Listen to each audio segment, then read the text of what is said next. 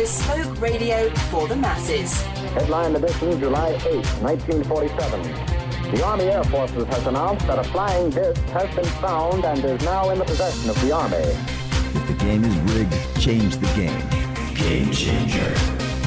I occasionally think how quickly our differences worldwide would vanish if we were facing an alien threat from outside this world. This is Fade to Black with your host, Jimmy Church, on the Game Changer Radio Network and KGRA, the Global Radio Alliance. I need your help to get to the year 1985. You're listening to Fade to Black with Jimmy Church on the Game Changer Network.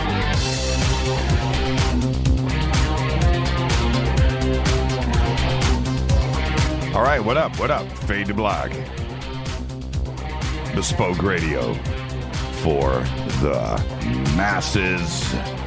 How you doing? Today's Wednesday, July 13th.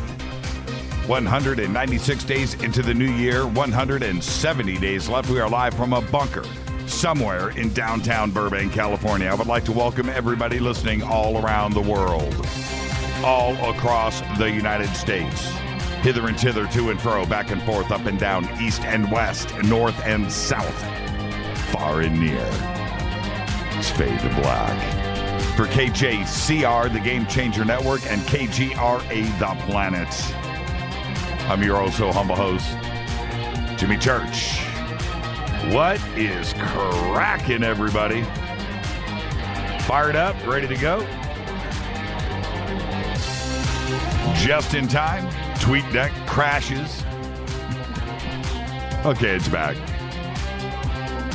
Tonight, we have back with us our good friend, Lori MacDonald. She's going to be joining us. We're going to be talking about awareness, consciousness, what is going on in this world of ours, the darkness that surrounds us, and how we can defeat it. She's the very best.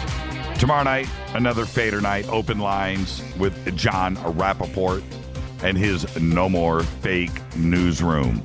The call-in number tonight is 323-825-5045. And tonight, Lori and I do want to hear from you. We want to know how you feel right now. Can you feel the pressure of this darkness? This darkness. We'll defeat it together. Follow us on Twitter, at JChurchRadio, Facebook, YouTube. If you're over on the website right now, all you got to do is click on those three buttons. Follow, like, and subscribe. Do it now. You can email throughout the show, Jimmy@JimmyChurchRadio.com. Of course, we use TweetDeck. Everything is real-time on this show. The email, the chat rooms, Twitter. See, we do a different thing on this show with Twitter. All right, we understand what Twitter is, but we've created our own Twitterverse. Okay, the sandbox, hashtag F2B. We found TweetDeck a couple of years ago. And once we figured that out, and this audience figured it out, we've got our own thing going on with Twitter. And it is cool. Just get TweetDeck, hashtag F2B. Get your columns going. It's like a Vegas slot machine on acid. It's great. And come and hang out with us. And once you figure out TweetDeck and how Twitter can work for you and what Twitter really is, your life changes, man. Twitter is a cool tool. I remember, man, hanging out with Jack Dorsey back in the day when he first released Twitter. And I was literally, no joke, I was sitting with him on a bench, a concrete bench in Santa Monica at the beach. And at that time, I had just opened my Twitter account, only because he told me to do it. And I just didn't understand it. And I'm trying to figure it out. And I had like 100 followers or 50 followers, something like that at the time. And we're sitting on this bench, and I go, dude, 140 characters, man. I just don't get it. He goes, man, it's you have to understand it's a tool. It's for that. I was like, man, I'm sitting there with Jack Dorsey, right, the creator of Twitter. And at that moment, he goes, okay, what's your account? And, he's tapping, and he goes, okay, boom. And he followed me, and I followed him. And from that moment forward, I tried my best to get into Twitter, to figure it out, And at that time, it was small. Twitter was small. And it slowly, obviously, turned in what it did today and started to take off. But I tried my best to stay in that 140-character thing and try to get messages out and communicate with people. And I could feel the vibe. Then we discovered TweetDeck. And that's it. And everybody that not only is involved with this show, now Twitter is a whole nother thing. And for some Twitter users out there that follow us and follow the show and follow the other, the Fadernauts and the Fadernaut family and stuff, they probably get a little bit annoyed with all of the tweets that happen with this show, because we do thousands and thousands of tweets per show. Nobody else does what we do here on Fade to Black. Nobody. I don't care who it is. Not ESPN, not CNN, no other network, no other talk show. They don't get it. They don't embrace it. Our audience created our Twitterverse, our sandbox. And we know how to use it and how to take advantage of it. And so the other Twitter users out there that may tweet, one tweet a day, 2 tweets a day, and they're hoping to hear something back or maybe get a retweet or a follow or a like. That's not what Twitter is about, folks. It's a communication tool. It's a conversation tool. For some companies, it's an advertising tool. But that's what it's for. It's to share ideas. That's what Twitter is for. And I get it now. I get Jack Dorsey's grand vision of things. And so do the Fadernauts. So if you really, really want to engage in conversation and enjoy this show and meet new people and be part of a Twitter community, come over and hang out with us. I'm telling you what to do. It is absolutely amazing. Get TweetDeck. That's all you got to do. Come over here, hang out, get your columns going, get your hashtag columns going, and get the conversation going. It is uber cool. All right? At JChurch Radio. That's step 1. Step 2, hashtag F2B. I want to hang out. What do I do? That's all you got to do. Hashtag F2B. I want to hang out. I just want to hang out with you guys. What do I do? And you're going to see the family open up to you. They're going to say, welcome, do this, do that. Step 1, step 2, step 3. We're here to help you. Okay? And when you hear me say these grandiose things, thousands of tweets, oh, you have no idea. Come over and hang out and check it out. You get TweetDeck going and you watch this thing go click, click, click, click, click, click, click for 3 straight hours. You do the math. It's great. And the conversation's going on inside of the conversations. And everybody, this is the truth too, everybody that comes and hangs out for a night, they never leave. They get it. All right. Man, I don't even want to apologize for that 5-minute diatribe, because it's really, really true. And for those listeners right now that are here for the first time or listening to the show, and they're listening, they're like, man, what? No, man, Twitter. Nah, I don't. You don't get it. And once you do, just come in, man. Drink the tea just a little bit. Take a sip of the Kool-Aid. That's all you got to do. And you'll get it. And you'll thank us. I could probably ask right now and say, who joined the sandbox this week in Twitter?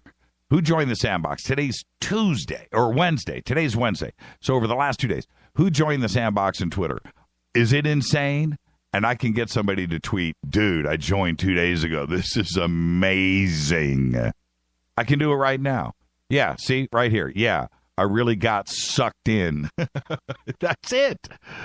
Yep. Ricardo, Twitter are the best. Yeah, I get what you're trying to say there. But and look at how everybody's responding right now. Just come check it out. That's all you got to do. Call my bluff. It's really cool. All right. Check out our sponsors, Life Change Tea. Support the show, support yourself, change your life. That's right. Life Change Tea, getthetea.com. That's all you got to do. Go click on the banner over at the website, use the promo code Jimmy, head to the specials page, pick something out. As everybody knows, oh, you know what I just did? I just threw the bottle away. I hope Ronnie's listening right now. This right here, that's an empty bottle of olive leaf extract. I drained it today. I did a couple of drops. I was like, man, screw this. Boom. Just drink the thing.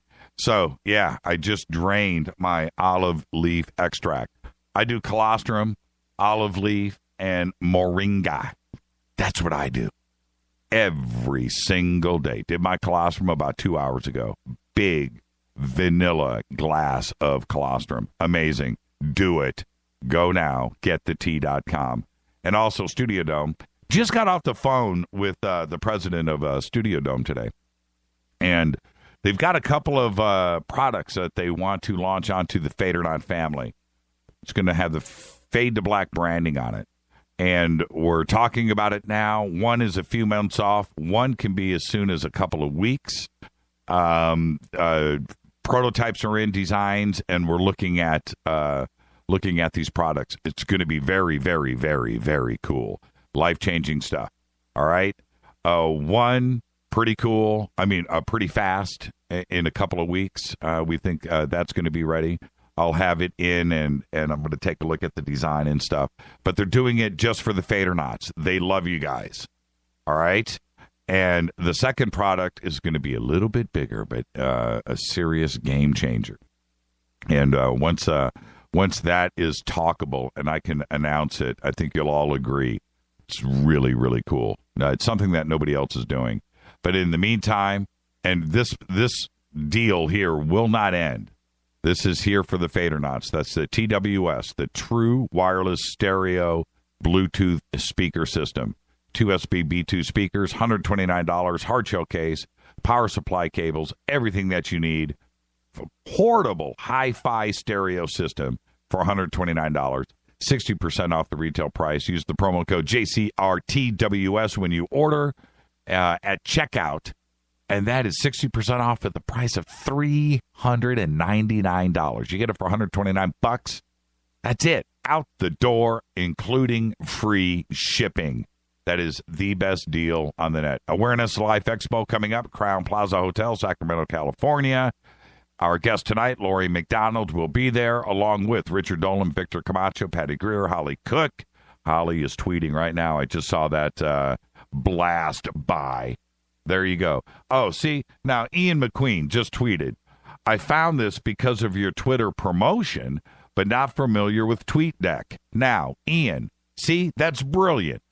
Right there, brilliant. Just came in, he's here. Now, watch this. Fade or Not. Go. Hit up Ian. Tell him how to install TweetDeck. And by the end of the show tonight, Ian's going to be tweeting, this is the coolest thing ever. There you go. Called my bluff. Ian, welcome to the family. That's what I'm talking about. All right, let's go. Let's get the show cracking. Today, happy birthday to Harrison Ford, 74 years old. Now, is he, let's light up Twitter right now, is he Indy or Han Solo? You know, normally, I would say Han Solo. Star Wars is a little distant now, right? Is he Indy or is he Han Solo? And now, and because I just said that and I caused you to go, oh, wow, you know what? I'm not so sure. That's an excellent question, isn't it? How Indy could have possibly eclipsed or overshadowed Han Solo is beyond me.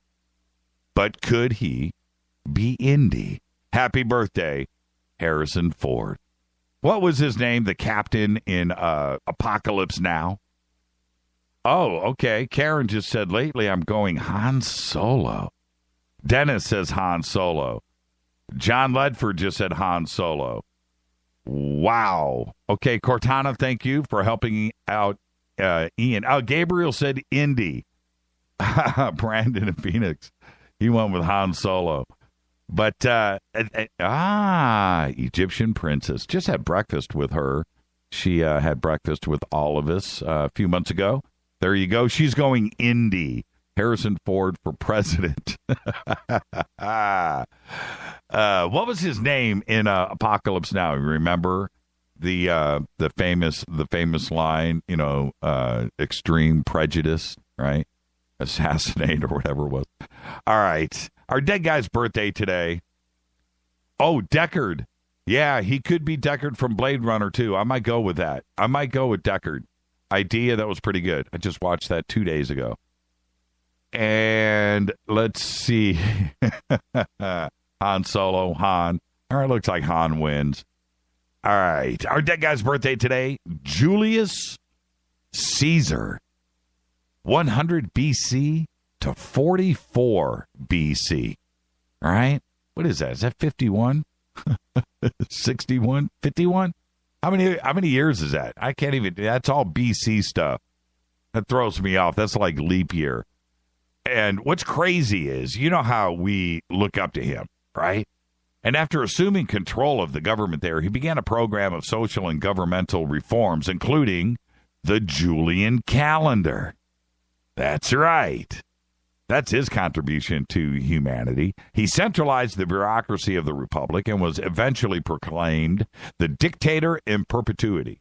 But on the Ides of March, the 15th of March in 44 BC, he was assassinated by a group of senators led by Marcus Brutus, one of the best scenes ever in cinema history. Yeah.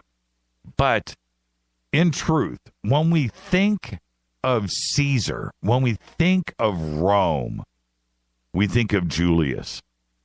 And did you know that there's only one surviving headshot of him, right? A bust, one surviving statue. That's all we have. One face with the blank eyes. All right. Happy birthday, Julius. On this day in history, and he was a pretty badass general, too. And there's a couple of other things. I've been a Julius Caesar fan for a long time in Rome. But, man, when he crossed the Rhine, built the bridge, and, here he is, the leader of the country, marches across with his army, right? You don't do that. You don't leave the safety of your country. In fact, you'll even be dethroned, if you will, for that. But he won. He won. He got lucky. All right. On this day in history, 1985. That's right. July 13th, 1985. I remember this day. I remember exactly where I was. I was in my bedroom in Pasadena, California. Live Aid kicks off at Wembley Stadium in London. It continued at JFK Stadium in Philadelphia. I remember it like it was yesterday. And at other arenas around the world, I think even South Africa kicked in. The 16-hour event was globally linked by satellite to more than 1 billion viewers in 110 nations. I waited for Led Zeppelin. You guys remember that? And it sounded like crap. But Bowie was good. Anyway, Live Aid. Man, that was an event. Fader fact. July 2012. The computers of Iran's nuclear program were hacked, causing them to blare Thunderstruck by AC/DC. There you go. That'll piss off some fundamentalists. Well played. Tonight, special guest, Lori MacDonald. We're going to be talking about the darkness and awareness and consciousness and what we can do. Tomorrow night, John Rappaport's going to be here with his No More Fake Newsroom.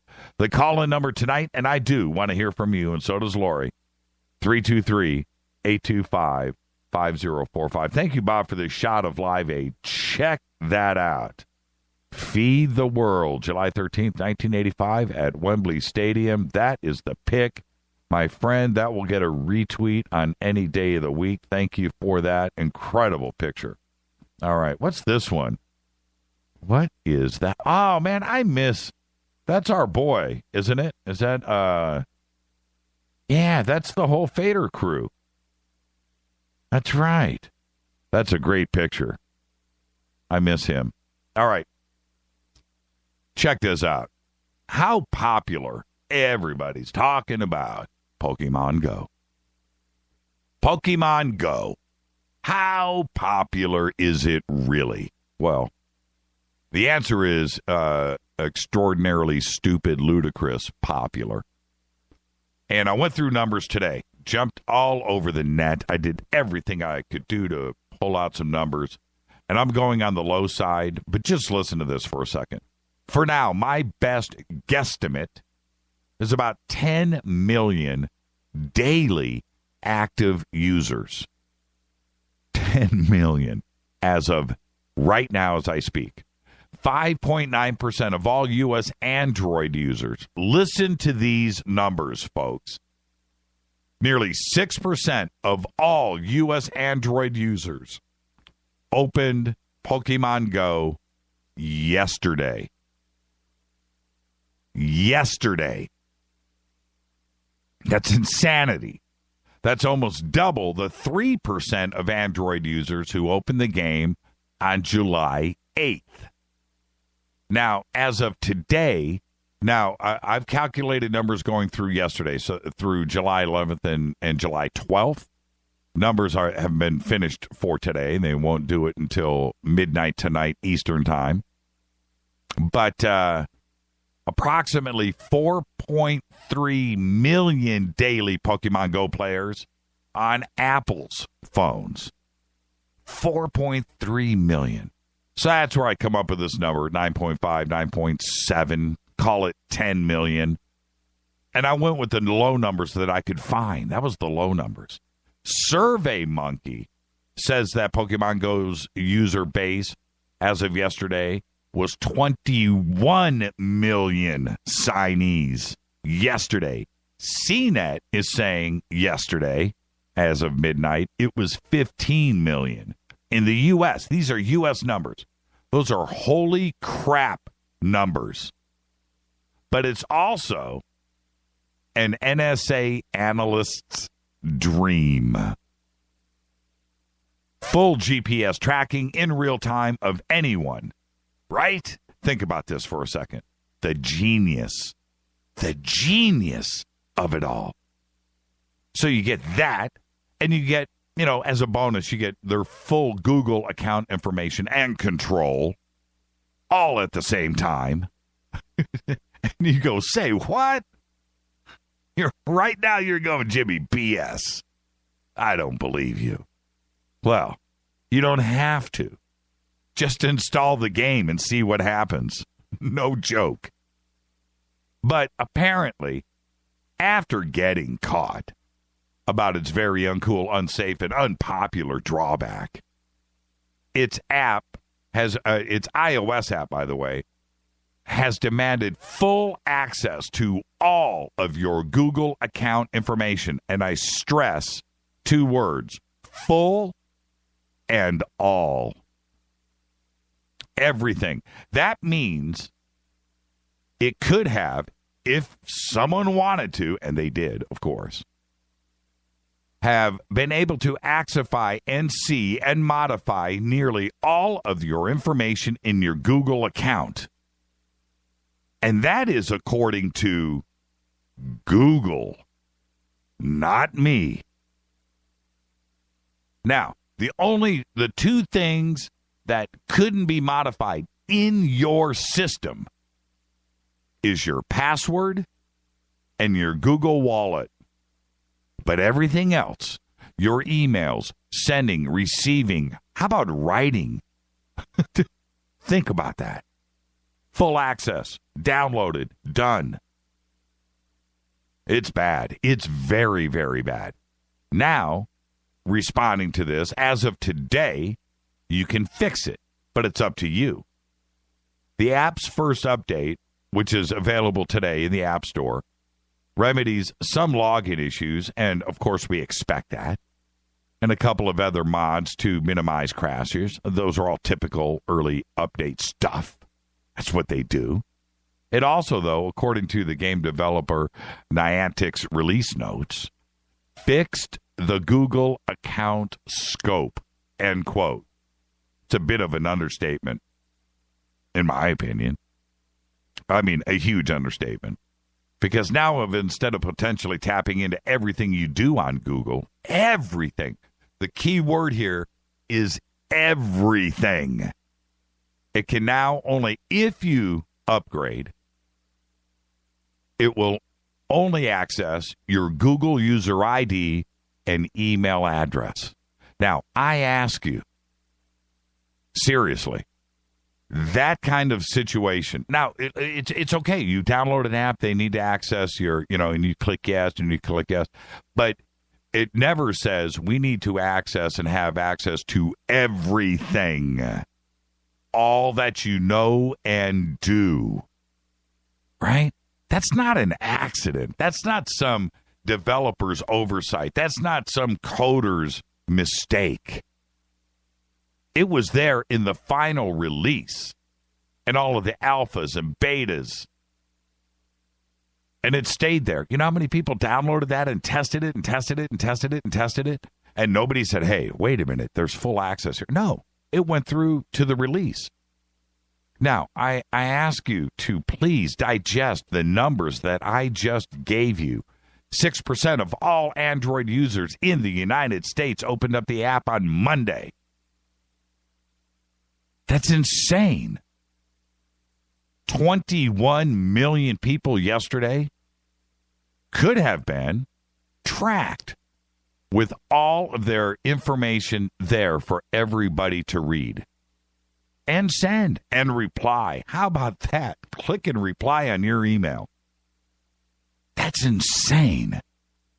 And I've got to say, it's genius. Why? If you want to infiltrate and track and trace, you know what? Release a game. Release a game that everybody's going to play. That's going to have GPS tracking information in it and a full email and Google account access. You know what? That's the entire world. It's genius. And put it inside of a game like Pokemon. Some innocent-looking thing with a bunch of characters that you don't even know who they are. Think about that. It's pure genius. And at the same time, rake in about $40 billion in 48 hours, which is also what happened. Think about that. This is Fade to Black. I'm your host, Jimmy Church. Oh, man. Innocence lost right there in a video, a mobile app video game. And everybody dropped their pants. Dropped it. Yesterday, I was at lunch. I had 5 guys sitting in front of me.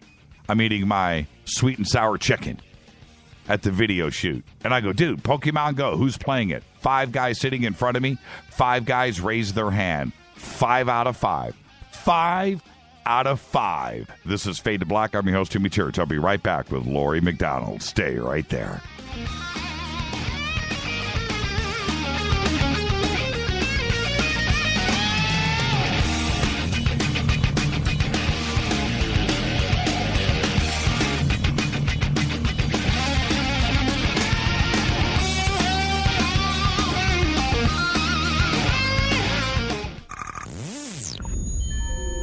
You're listening to Jimmy Church, Fade to Black. Fade to Black will now pause for alien identification. The station that talks the net. KGRA Radio. What's up, revolutionaries? It's me, Jimmy Church. Do you have an IRS or state tax issue? Well, I did, and I called national tax experts. My problems were fixed, done, fini, and man, I got to tell you, it was a relief. National Tax Experts are a recognized tax office that services clients in all 50 states. It doesn't matter where you live. Give them a call. I'm telling you, they take the time to understand each and every client's individual financial status as well as their financial goals. And that's exactly what you need, my brother, when you're taking on the evil 3-letter. So, seriously. Give them a call today at 1-877-909-5444. Again, 1-877-909-5444. Or go check out their website, www.nattaxexperts.com. That's NATTAXEXPERTS.com. Tell them Jimmy sent you. Hi, folks. Ronnie here reminding you that June is Health Awareness Month, sponsored by Get the Tea getthetea.com. Many of you have heard our tea commercial, maybe visited the website, but haven't committed because, well, you just don't know. Skeptical. We understand. Just to remind you, our tea is not just tea. In fact, very little tea. Life Change Tea is a unique blend of 8 different herbs, removing intruders that attack your health. You brew our tea to make the concentrate, you add water, and put in the fridge. 2 8-ounce glasses a day, and life will be good. Visit us at getthetea.com. That's getthetea.com. And this month is lots of fun stuff with Health Awareness Month. You could be picked and receive your order absolutely free. You never know. Read the testimonies and try our products. Log on to getthetea.com. That's getthetea.com. And for great health tips, visit my YouTube channel at Health Matters Now, where you can learn about health tips and how products work on your body. Join me, getthetea.com. 9 out of 10 geneticists agree. Fade to Black is not your father's radio show on the Game Changer Radio Network and KGRA, The Planet. Hi, this is Chase Kletsky with Fate Magazine Radio, and you're listening to Jimmy Church and Fade to Black on the Game Changer Network and the KGRA digital broadcast station, where the Fate or Nots rock. Hi, this is Rob Reiner from Anvil, and you're listening to JimmyChurchRadio.com. What's up? I'm Chris. What up? This is Kyle Massey, and you're listening to Jimmy Church Radio.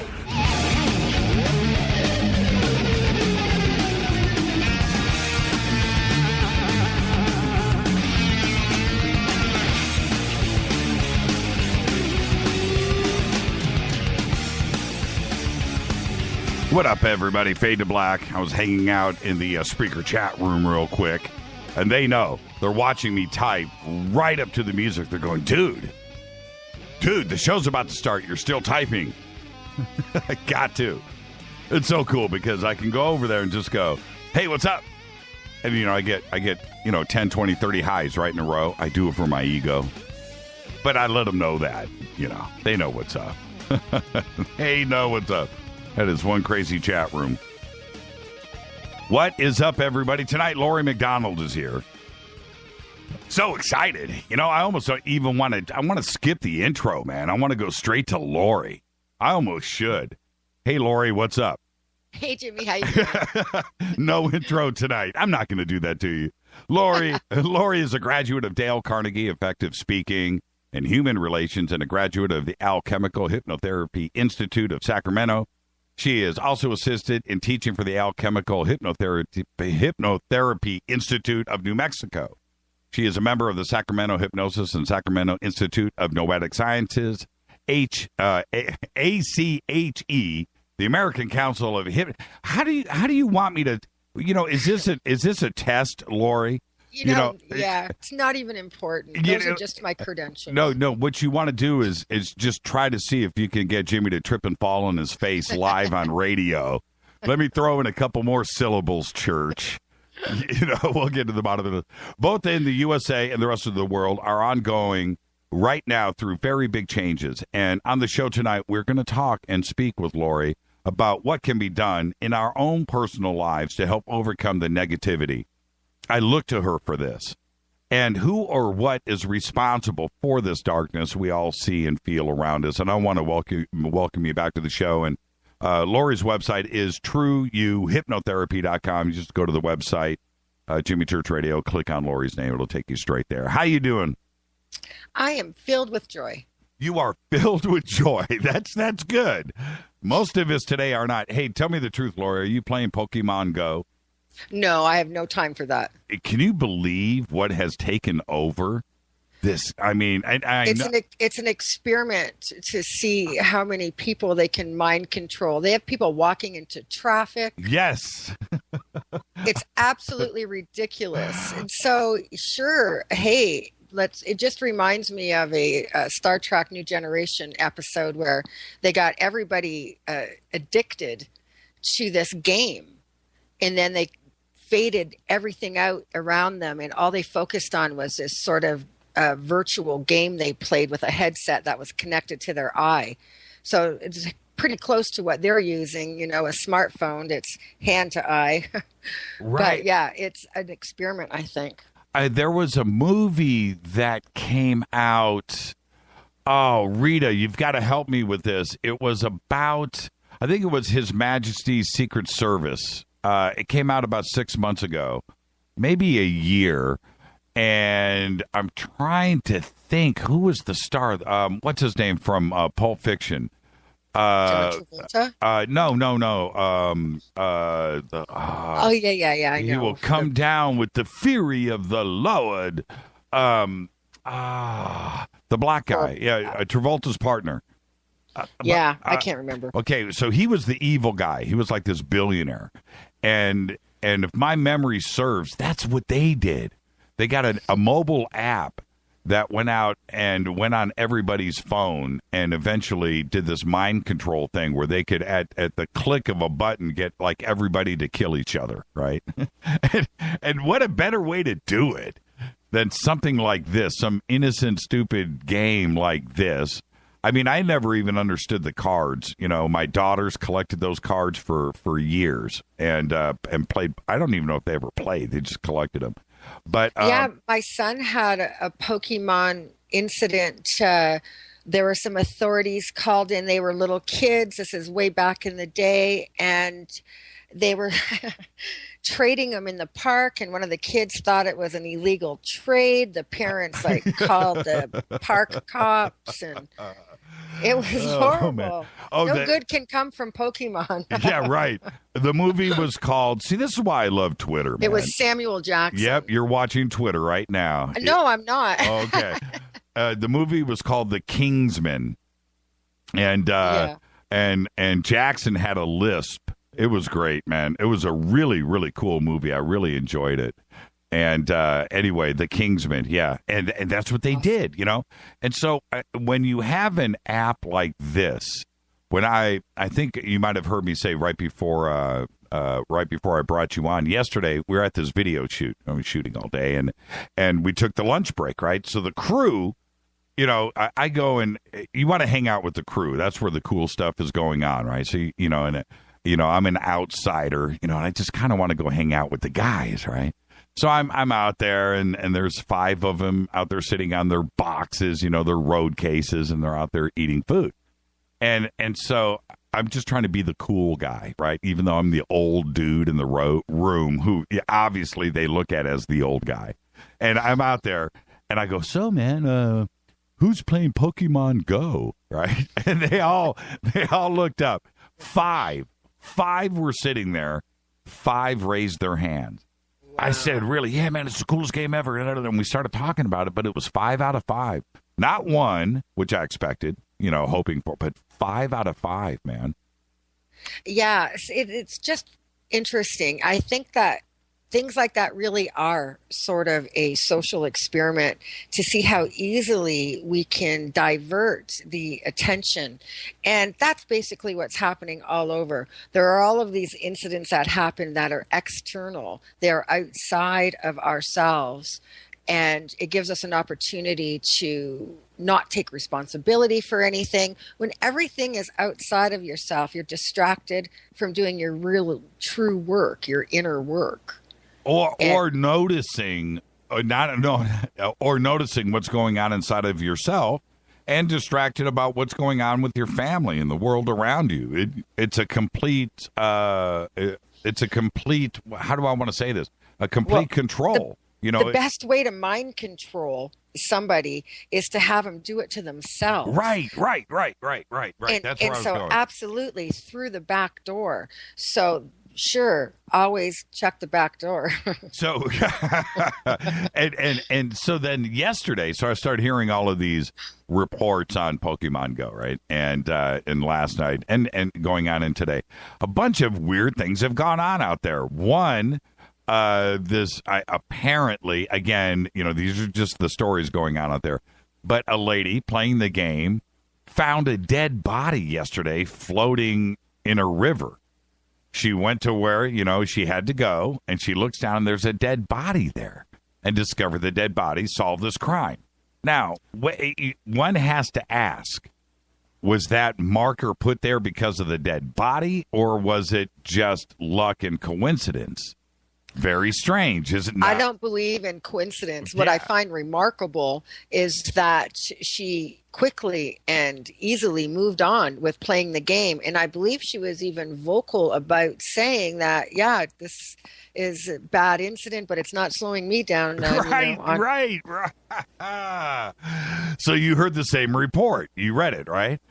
Yes. Yeah, crazy. And then the 2 Marines yesterday that found this child predator guy that was making a move on these kids in this park, right? And they see what's going on. They're playing Pokemon and this whole luring of the thing. And it turns out that this guy was wanted for murder, and he was on the lam. And that happened yesterday. And it's like bizarre. And then there was apparently a child abduction into a van 2 days ago, where the guy driving the van used his van as a marker for the Pokemon game. You know, it's what is going on? It's crazy. And then it's mind control. Yeah, and then of all things, this accident about the full control of your Google account, right? And the access to your email and not only access to your email, not your email address, right?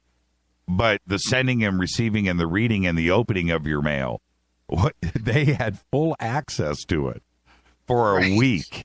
Now, is that the NSA analyst's dream? Right? I mean, I'm sure they set up the game. It doesn't sound like an accident. You know, you can, how much beta testing and stuff goes through for a release of a game like this onto mobile apps. That is constantly installed and checked, and nobody at any point said, "Hey, I'm not giving up full access to my Google account. What are you guys doing here?" And nobody said anything, and they allowed the release to go through. I think there's some responsibility here, and somebody needs to answer for it, unless it was just done intentionally. And what better way to have control and access of everybody is grabbing control of your phone's microphone and camera and GPS and your email. That is about as spooky and scary as it gets. I'm sorry. Better yet, we'll just give it to them. Right. And then there's no accountability, and we led ourselves to slaughter. I mean, that's pretty much what's happening. A lot of things we have to really keep an eye on when we see a lot of these social experiments that people post on Facebook. And they're really just information gathering, trying to find out, check out your horoscope or whatever. They're looking for the year you were born. They're trying to find all of this information. And all it is asking questions about who you are. And then they're going to analyze you and tell you what princess you're most like or something ridiculous like that. These are simple information gathering techniques made into a game that plays on the ego of the person playing, so they can see which person or movie star or something they resonate with. They're very obvious. I don't play them. I don't think anybody should. So what princess are you supposed to be? I'm the queen. Okay. Okay, so it's funny when I see that stuff pop up on Facebook. I'm. It says,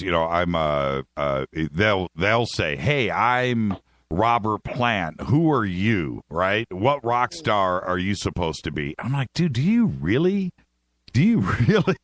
And I look at the person doing it too, somebody that I probably know. I go, "You really clicking through this thing and answering these questions?" It's just so funny. So if you do it, the best thing to do is give as much misinformation as you can. Yes. So completely screw them up and give as much contradictory information to anything that you might have said before. and just, that the deal is a man who wears 2 watches never really knows for sure what time it is. So you just keep the whole issue confused. So if they want to do that to us, we just have to do it back. So if you are going to engage in those games, misinform them. And what's funny, and I know that you use Facebook as a tool, as we do here. Yes. What I don't do, I have kind of I have 2 lives, right? I have 2 lives that I live on Facebook. One, obviously, is the corporate company thing that where I have to behave. And then on my Facebook page, what I've evolved into doing and not doing is that I do reveal personal stuff, personal photographs and things. But what I don't do on Facebook, and I mean ever,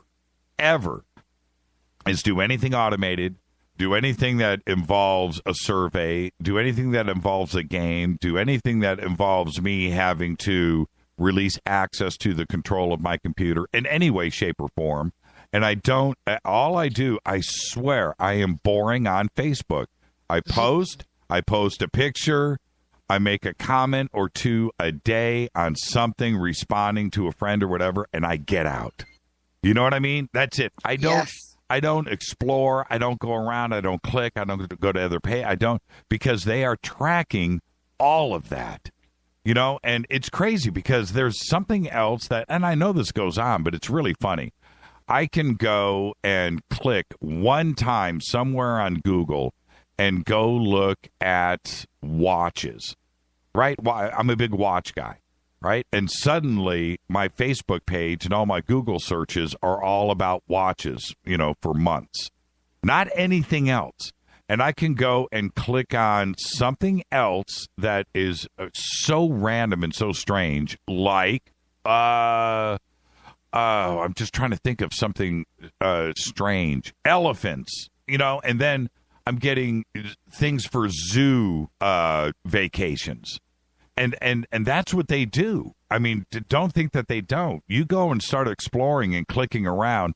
Everything is there to build a personality profile about you, the big engine. Well, use advanced Google or scientific Google and put words in like radionics or psychotronics and then see what you get on your computer. Yeah. and you know what's really funny? My Google searches are on, and this is no joke, they must think I'm the wackest guy in the world. My Google searches are the secrets of Egypt, the secrets of alchemy, the secrets of Peru, Machu Picchu. Mm-hmm. I go for this esoteric. That's because that's what I'm really interested in anyway, and that's what I research every single day. Thank goodness I'm not doing that. Yeah, you're absolutely right. The 11th dimension and building bombs. You know, something just some crazy Google search like that. I've never done it. I've never done a Google search for the NSA. I've never done a Google search for, like you're saying, something way out. Well, I was actually really searching for that information. And what happened? Well, within probably maybe 10 to 12 hours, everything, my website, blog, everything was hacked. And I received all kinds of strange stuff happening. And that was just the beginning of some death threats that we got here at my home. We've had the window shot out of my vehicle. I have a boogie van that I use for camping, UFO hunting, and road trips and such. I've seen the van. So I've seen the van. Right. So there's that one. Right. And then I also have a Jag, an old classic one. And somebody took like a ketchup and made a big red circle over the driver's window, put an X through it.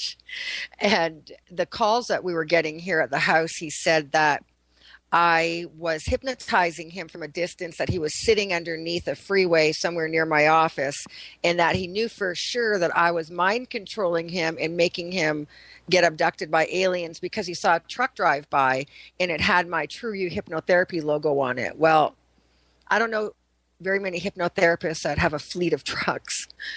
I don't have a truck, and I don't have any vehicle that's got a logo on it. He said that his laptop, then the screen cracked and it broke. And so he hung up, called back my house, and threatened to kill me. Wow. Said I had to die because I was bringing the aliens here. Wow. So, and then I've actually 3 vehicles, and we've had one right after the other get the windows shot out, and then the last one was a hammer or something to the windshield.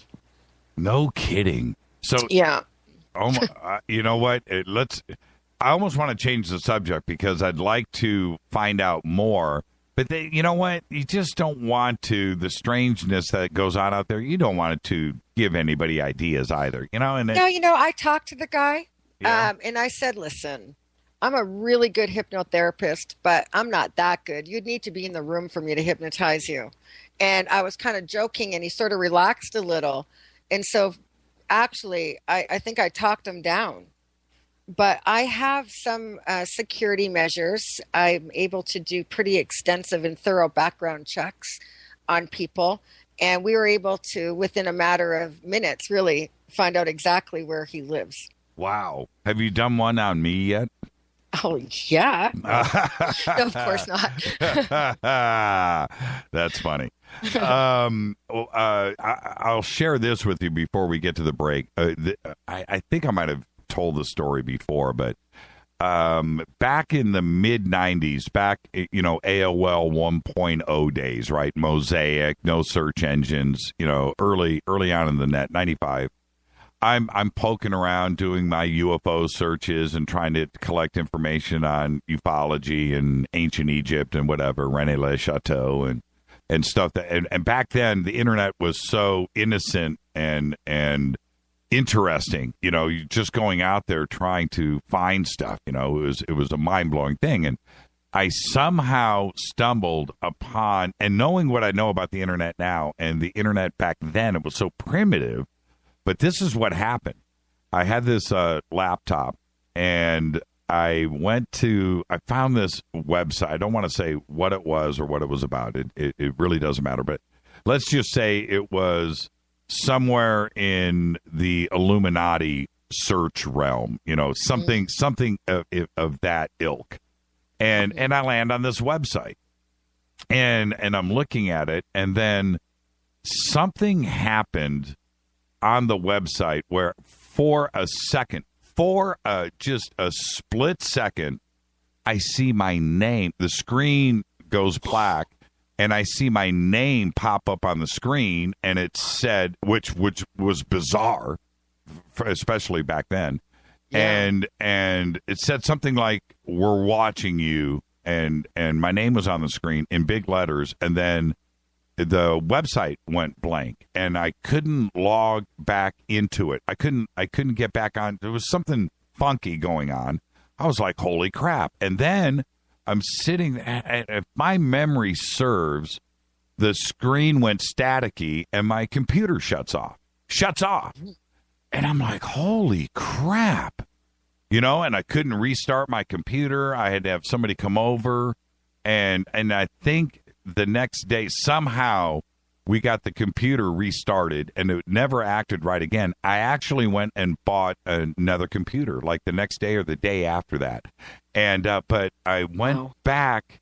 This was 20 years ago now, but it really freaked me out. And I think it was the next day I logged back on, and it said something like, something came back onto my screen and said something else that was really personal.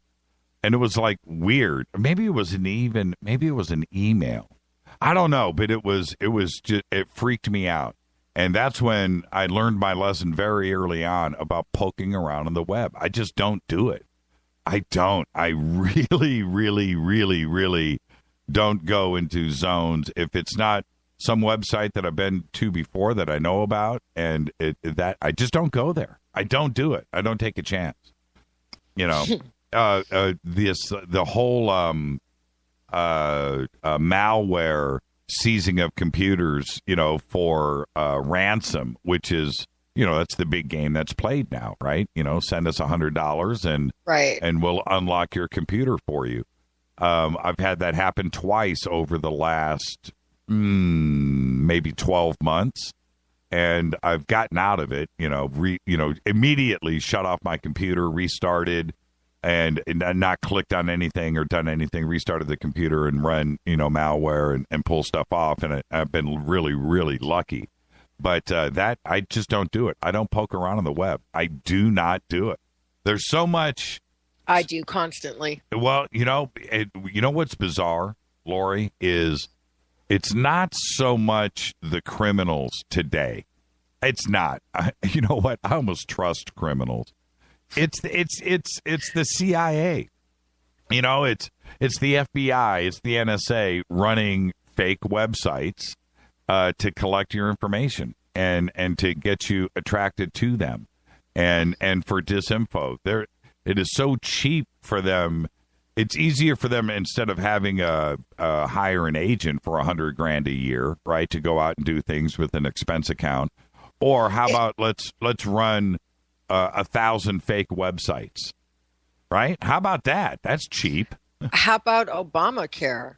All they have, that's some major information gathering. I mean, we're just looking at that type of subsidized health care, the information that they want, income tax reports and previous doctors, that's just crazy, that type of information being gathered.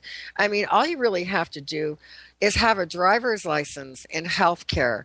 And at that point, it doesn't matter what you're searching online, because anything that any government agency wants to get at that point, I can assure you they are able to get. All of it. Yeah. Yeah, you're absolutely right. I went through the Obamacare application thing 2 years ago, right? I did it just like everybody else.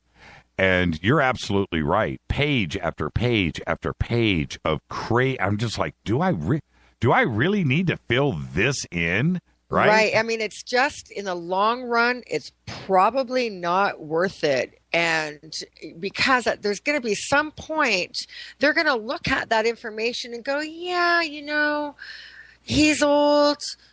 Maybe we shouldn't give him that lung transplant. Yeah, right. I mean, look at his taxes. He's not really contributing. Right. He hasn't really, maybe you're retired, So there are factors when we mix things like medicine and politics, because we have two separate agendas happening here. And the commodity now is the person. Right. So we have to be very careful with things like that, especially in this new day and age of technology and super fast information. You're right. It prints out a graph, the cost of and the actual return here, you know what? Denied. Right. Exactly, right? They're going, how this person's kind of a pest. Right. So we have to be leery of that, because after all, it's a life and death situation. And these are the people who are literally in charge of what medications you might be on. And I just read in the news. Well, you know what? Hold that right there. Just read in the news. We'll do that right after this short break. Our guest tonight is Lori MacDonald. And now that we've got our feet on the ground with Lori, we're going to come back. We're going to find out what she just read in the news. But then we've got to talk about this darkness in the world, what's going on, and what we can all do about it. Our guest tonight, Lori MacDonald. I'm your host, Jimmy Church. This is Fade to Black. Stay right there. You can follow me on Twitter at JChurchRadio. Follow Lori, True You, Hypno. I'll be right back.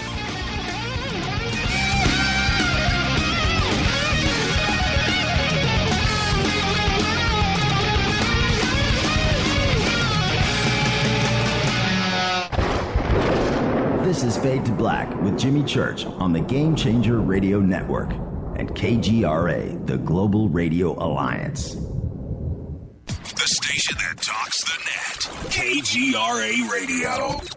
Hello, I'm Katie, and you're listening to my main man, Jimmy Church, on jimmychurchradio.com. Hi, this is Ray Hobbs here, repping the planet, and you're listening to my good friend, Jimmy Church, Fade to Black, on the Game Changer Network and the KGRA Digital Broadcast Station.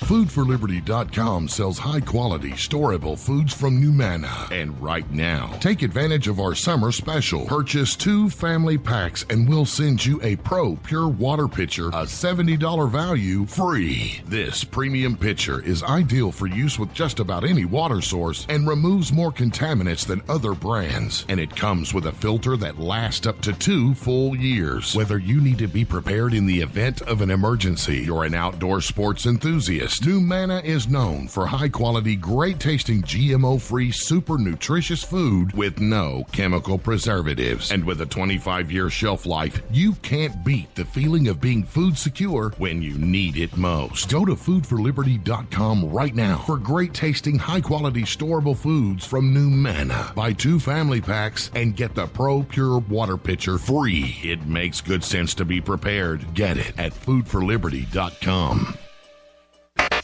Imagine no longer being tied down to your computer, but having the freedom to take live talk radio with you anywhere you go. TalkStream Live introduces our first ever iPhone application. The talk shows you follow now follow you, and your iPhone is now the fastest and easiest way to stay connected to the best talk radio on the internet. Let TalkStream Live transform the way you listen to radio. Listen to live talk shows 24 hours a day, 7 days a week. Mobile talk radio from TalkStream Live. Now available in the iTunes App Store. This is Toby Kebbell. You're listening to JimmyChurchRadio.com. Don't hurt me, Jimmy. I'm only little. Hey, I'm Adrian Grenier. And this is Ari Gold. We're the Honey Brothers. Yes. We are of the Honey Brothers. Hey, I'm Adrian Grenier. And I'm Ari Gold. We're the Honey Brothers. And you're listening to Jimmy Church. The Revolution. What's up, Fadernauts? Studio Dome loves Fade to Black and the F2B audience so much that they have put together the ultimate stereo Bluetooth system. They've done it just for you. Man, check this out. The Studio Dome SBB2 stereo system is here. It's featuring 2 Studio Boombox 2 SBB2 wireless Bluetooth speakers, packed in its own custom hard shell case. This Studio Dome system features the very latest in stereo Bluetooth technology. The 2 full-range boomboxes are in true wireless stereo. You've got to hear this. It's amazing. It's just $129 and use the promo code JCRTWS and you'll also get free shipping. It's simple. Just go to jimmychurchradio.com, click on the Studio Dome banner. Go Beckley Tepe. This is Micah Hanks of the Gralien Report, and you're listening to Jimmy Church on Fade to Black, across the globe on the Game Changer Radio Network and the one and only KGRA Radio, The Planet.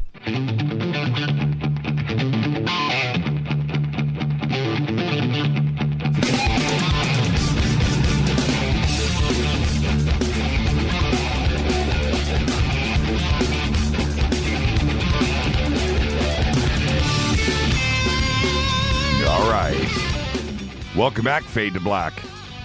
I'm your host, Jimmy Church. Tonight, Lori MacDonald is back with us. Always great having her on the show. Should I give a shout-out right now? Should I give a shout-out to Holly? Do we got to do it? You know she's listening. Absolutely. Holly, what up? And is Mark there? Is Mark with her, or is he somewhere around the world? I think they're both at home listening. All right. What's up, Mark Tico Torres? All right. I spent all afternoon with Holly. Yeah, she's the best. She's the absolute. We're going to be hanging out, man, in 3 weeks. I can't. That's so quick. Yeah, I know. It's going to blaze by too. Oh, okay. I want to know, what was the news article that you just read? What was it? I was reading that 50% of Americans are on 2 to 5 pharmaceuticals for the rest of their life. Yep. I believe that. It seems like a low number to me, even though that's a stupidly high number. Yeah, that's because they did a 2 to 5 range. There was a higher number of Americans that were only on 2 medications, and so they did it like that. And I just, I'm always shocked to find a prescription that never has like an end date. Right? Well, you know what? And I wonder what the number would be for, well, I don't know about the world, but the United States that is on a prescription drug that they don't have a prescription for. Yeah, Yeah, the AS, absolutely. I'm sure that's quite high. I bet you that is way high. You know, if you stop and think about that, if anybody that's going to a pharmacy to get, you know, Oxy or whatever, you know, one of the opioids, right? Mm-hmm, right. How many of them is it actually for them, or is it for a buddy of theirs? Oh, well, they sell them. They sell them by the pill and make quite a bit of money. So it doesn't matter, you know, they get them filled and sell them one by one. I personally am allergic to most antibiotics and to all opiates and narcotics. I have an aversion to them. I simply can't take them. I'm instantly sick. That sucks. Well, I'm luckily quite healthy. Yeah. You know, I'm just making light of it, but it does still kind of sucks. And I had a bottle. This is like 20 years ago, and I got a toothache, and my dentist, who is the best, is skiing. Right, he's gone. I'm like, dude, I need to go get in the chair right now. You don't understand. He goes, yeah, well, you've got an infection. I'll probably have to do this and this and this, but it's going to have to wait 3 days. And I'm thinking to myself, I need to jump off a building right now. That is better than this toothache, right? It was that bad.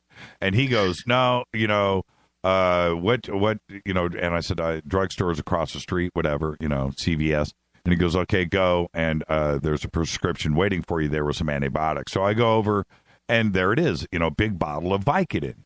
And you know, these pills. So I go home and I take these Vicodin, which were probably nuclear powered, because I remember I took one and I dreamed for 3 days, right? Didn't get off the couch.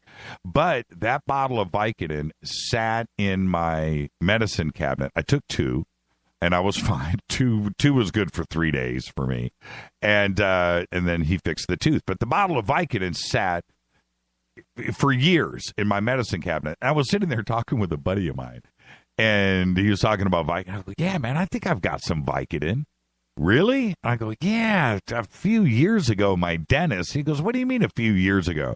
I go, yeah, I walked in and I grabbed, and his eyes about popped out of his head. I'm like, what's going on, man? You know, and I could tell what he was going through, knowing that I had a bottle of Vicodin, of the mega whatever in my medicine cabinet, and now he knew about it, and I could see. I was like, really? This stuff is like gold to some people, you know. Oh, the innocence of being young, right? Right. It was really funny. So anyway, so let's get back to this. Speaking of darkness, right now before I go with the words racial divide that is being pushed on us by the media, and I know that you listen to the show and you know my feelings on this, but it's not only that.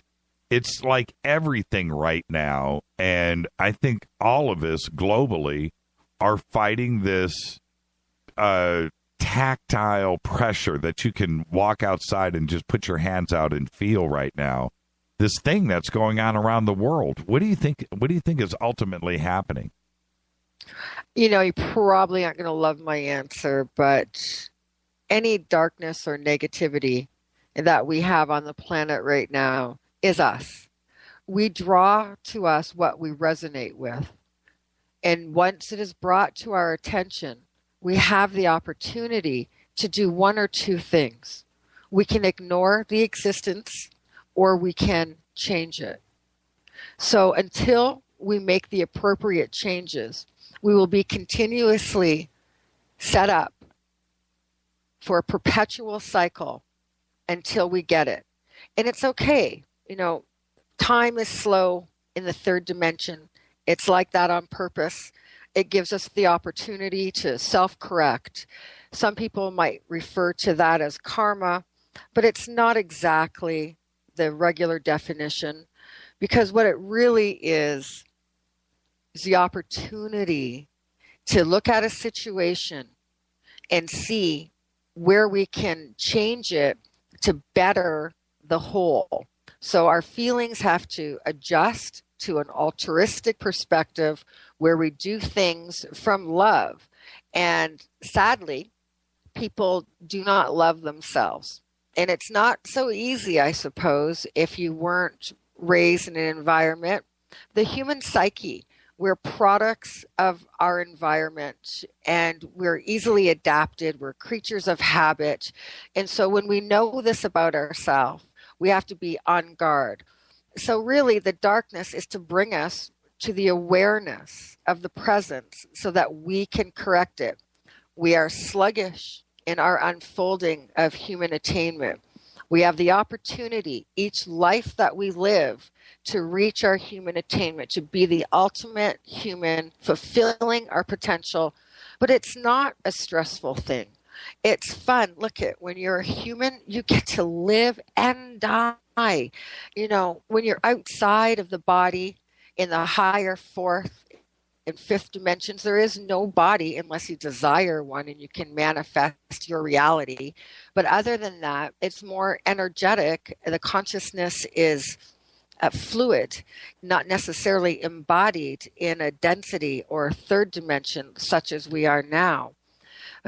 But we are moving towards that, but we're heavier than we should be. There's a lot of emotional baggage that needs to be released, and it is through the process of self-love, then self-acceptance for not loving yourself to begin with.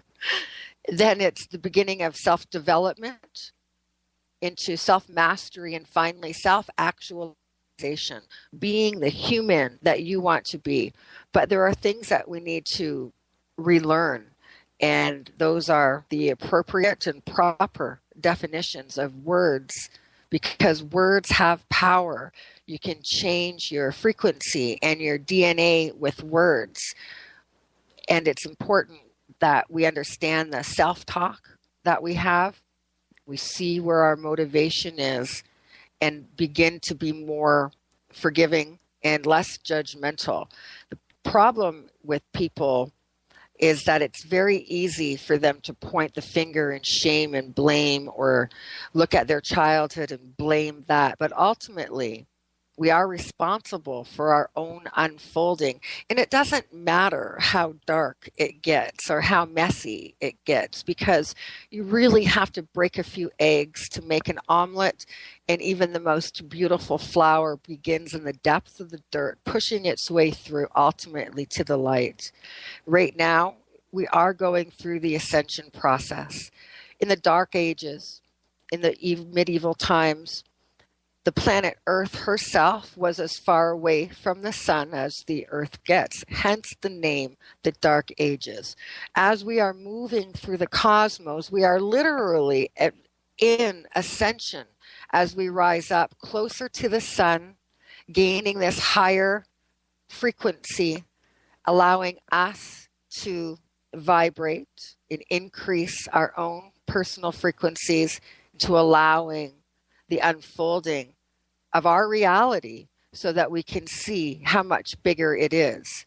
Look at it like this. There are 7 colors, 7 octaves. And when we take a sound or a tone and amplify it to a specific frequency, we know that it's a color. Blue, for instance, in music is D on the piano. It's the key of D, which vibrates at about 580 some, I believe 87 hertz. So we know these things. Words have power. And we have to understand the words that we use, not just externally, but internally, that self-talk. When we were talking earlier about everything being outside of ourselves, such as this Pokemon game and so forth.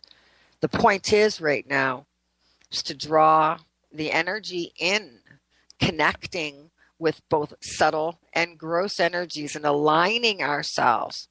The human being is not limited to 5 or 6, 7, 8, or 9 senses. Our neurologists and scientists tell us that they've detected up to 18 and 19. That is our partial ability. Right. There's so much more. With there's two reactions that I have to that. One, and the first one is, although all of that is great, and you're right, but so many out there would not challenge themselves enough to follow through with it. They would rather stare at their cell phones and continue to listen to the news and not stop and wonder what is causing them to. 'Cause they're afraid. Right. There's that. And then there's the other part. If they only knew, could come and hang out with some of us for a weekend and see, how people really are, that actually you don't have to commit 100%. You just have to be aware that this is a possibility and that maybe you need to look at yourself, right? Just a little bit, and the transformation is enormous. And you know what it's all us, okay? Everything is energy. We're energy. We're vibrating at a specific frequency and outputting ergs of emotional and thought energy. Ergs are measurable on a graph. This is a fact. So we have to be aware of the energies and how to use them, or how they may be used against us. Right. There's a lot for us to learn right now, and we have to do it. If we don't take the steps to self-educate and to understand our environment, we will be mind controlled. If you don't control your own mind, there's a very good chance somebody would like to do it for you. Yep. So why not? Why not just let go of certain fears? Why not allow a recalibrated sense of self, almost as if you're rebooting a computer, sort of neutralizing any self-defeating beliefs or damaging beliefs against society? We know that there's division. Yes, they're amplifying the racial one, but there's already a financial one, a political one, a cultural one, a religious one, a sexual one. Right. So yeah, there's a racial one. So yeah, so whatever happens to be the group that they need to get on their side will be where the incident is. If they want the black vote, then they'll create an emotion and commotion in the black community. If they want the gay and lesbian vote, they'll create commotion and emotion there. Get them all riled up, and each community supporting each other when sometimes we're not even aware of the facts. But so they rely on these differences of division.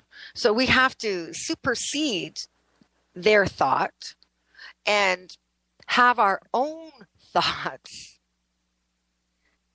That's the difference. We're only thinking what somebody else tells us to. The other day, you posted something that I found extraordinary, and you probably don't even realize what effect it had on people. But I read this post, and you go, you know what? I'm shutting down the office for a couple of weeks. It's about me time. I'm going to go swimming. I'm going to ride my bike. I'm going to go do this. I'm going to go do that. And you know what? I'm disconnecting. It's all about me. Yep. Now, and you know the post that I'm referring to. Yeah. So where'd you go? Are you there? Oh, man. I've been actually away from the office, but I've been floating. No. I mean, now your volume just left me. Oh, seriously? See, now you're back. Don't know what happened. Okay. Just back off the microphone just a little bit, though. Your breathing is going to freak out some of the men out there. Okay, I'm just going to let you know. Okay. So anyway, you did this. You said this is what I'm going to do. Now, do you, when you do that 2 weeks off, do you practice what you preach right now on this show? Is that what you're out there doing? Absolutely. I absolutely practice what I preach. I meditate. I'm going on 36 years of meditation. I have been swimming in the river. I'm so sun-baked right now. I got to tell you, I fell asleep early and couldn't even catch the end of Monday's show with David because I had spent about 4 hours on my floaty thingy, going down as far as I could, then walking way back up the river and doing it again. Oh, man. Over and it was just absolutely amazing. So yeah, and I ride my bike and I have fun. But then when I come home, I work, and I've been working on the self-empowerment workshops and connecting with the divine feminine energy for the women's retreat that I'm doing. It's important to me. And when my mind is clear and I'm relaxed, I do better work. It was just an interesting post, and I was just like, man, I want to go hang out with Lori. It was mostly written by my inner child. Well, yeah, especially when you said, I got a bike rack that I can put floaty things on. I got a new bike rack, and I'm really not sure what those floaty things are called. Floaty things. It's kind of half chair, half floating device. Yeah, I don't know what it is. Can you hold does it hold a cold drink? Do you have a drink holder? Yes, it does. That's what I'm talking about. That's what I'm talking about. Now, you had mentioned the feminine and the divine feminine, and it is it's something that's mentioned on the show somehow. On every broadcast, it's brought up to some degree. It doesn't matter if if a male or a female guest on the show. It is brought up constantly, and I think that, I know that it's confusing to a lot of the listeners out there that they don't fully understand what it is that, and I think sometimes even the guests themselves too may not fully understand what they are trying to say. And then I will have other guests that are pretty strong-willed with bringing this on, and it comes across the wrong way too. And so when you say the divine feminine, I want you to define exactly what you are referring to. The divine, as in the highest sense of divinity. And divinity is a unity, a joining. So the divine feminine is in balance to the divine masculine. But the feminine energy has been suppressed. And now, for multiple reasons, the patriarch is subsiding and the matriarch is rising. And it is time for us all to connect to that energy, which will bring us the ability to have spiritual and physical love. It's a higher, more accepting energy, but it's a physical change in the body because it begins to vibrate you in areas that allow the Kundalini energy to begin to move through the spine. And if you have, and I'm sure you have many awakened, illuminated, and enlightened listeners who have been on their own seeking spiritual journey like I have, there comes a point where you feel that physical energy begin to move. It's often confused with sexual energy because it's beautiful and such a high frequency. And so people divert their attention and begin to move it into the sexual arena, and this is when we lose it. So the divine feminine energy, when we allow it to enter through the Kundalini, I don't want to use the word suppress, but if you don't focus on any of the sexual part of it, you can feel it begin to move through the base of the spine and uncoiling, really, a burning fluidity up the spine. Mine got, midway between the shoulder blades, probably around the heart chakra. And I just felt it happening and simply let go. I recognized it and allowed it to happen. And it wasn't until it was right past that, as it began to move towards the neck, that I myself snapped myself out of it by thinking. And my concern was, damn, I have a titanium plate in my neck from a surgery that I've had. My cervical spine is fused together with cadaver bone and titanium. And I thought, oh no, what's going to happen when it hits the titanium? And then all of a sudden it stopped. But I shifted. I changed in a way that allowed me to be more at ease in my own mind and body. allowed me to trust myself. Was it instant? I was already working in that direction, and absolutely it was okay. So it's like you're climbing, right? And you're almost to the top of the mountain, and you're beginning to celebrate when you can see the top. But then all of a sudden you're at the top. So it's not a shock, but it is instantaneous, even though you've been climbing that way. Look at rock stars who say, yeah, they played for 15 years in the bars and they're an overnight sensation. Right. It's kind of the exact same thing. Right. What about, and I we can get a little deeper with this after the break, but there's something confusing to me. Maybe it's my male mind, okay? And you can tell me that's my problem, and that's fine. But when I look throughout history, and we look at, say, the queens of England, some of them have been pretty dang masculine, if you know what I mean, right? But yet we're talking about, women, but it's not like it's been a total masculine divine world throughout history. There's been plenty of strong women leaders going back. We can go back to ancient Egypt and look at some of the things that went on there. Right. But this is not ancient Egypt. And if it were, there might be a little bit more equality. But our queens, our monarchy is intertwined with the church and always has been. Right. It's when we began to move from clans into kingdoms, then kingdoms into countries. The kingdoms and countries merged the religion and politics, even though they swear there's a separation. So the monarchy has always really answered to the church, and so in science and in all other areas, if the church didn't clear it, it didn't matter what the monarchy did or didn't do. So they were still controlled.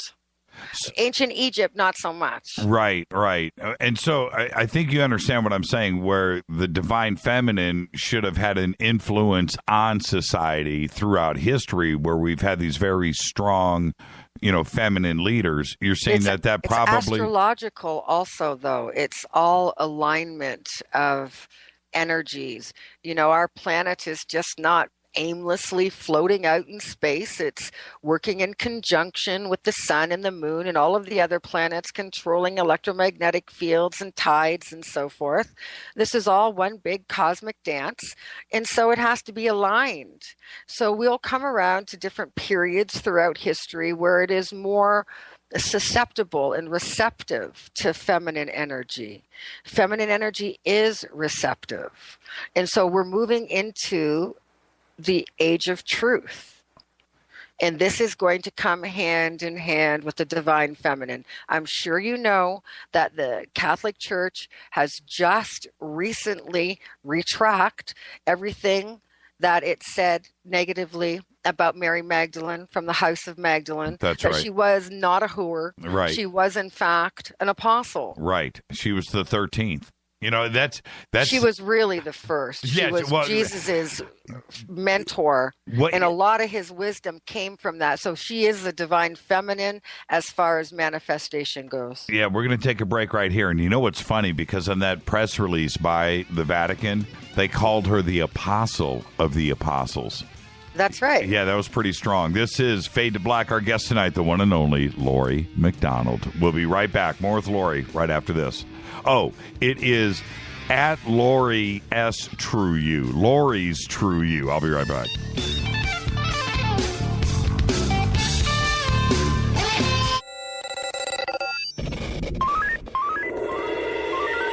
Way out here, we listen to Jimmy Church. You're listening to Fade to Black. Always on the edge of the hottest alternative talk. Jimmy Church with Fade to Black. KGRARadio.com. ¿Qué tal, mis amigos? Yo soy Mario Carson, el tiburón, y los invito para que escuchen a mi buen amigo Jimmy Church Radio. ¡Claro que sí!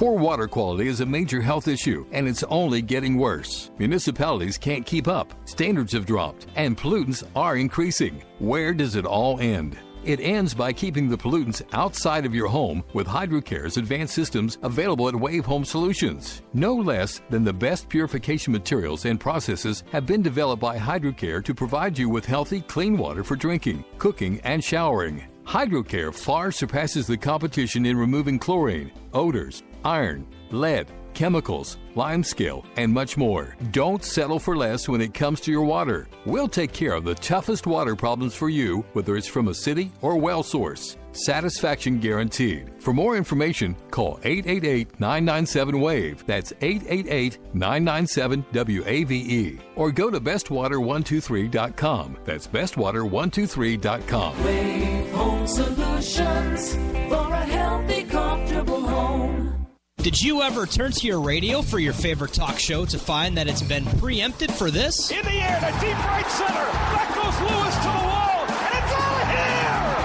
Or this? And I'm ashamed of you, Hillary, for voting for it. Do you have a favorite talk radio program that's not available in your city? Just go to TalkStreamLive.com for links to the best streaming talk radio shows. At TalkStream Live, you will find live talk shows 24 hours a day, 7 days a week. All your favorites are here. With such a large selection, you will also discover some new favorites. On the go and still want to listen? With the mobile smartphone, simply type TalkStream Live on your internet browser. Now you can take internet radio with you. You will also find hundreds of music, news, and sports streams. Best of all, the TalkStream Live directory is free and there's never a login required. Remember TalkStreamLive.com, the fastest route between you and your favorite talk radio show. You are listening to Fade to Black with Jimmy Church on the Game Changer Network. Oi, oi, I'm Reese Evans. You're listening to Jimmy Church. This is Revolution. The revolution will not be televised. The revolution is on radio. Ciao.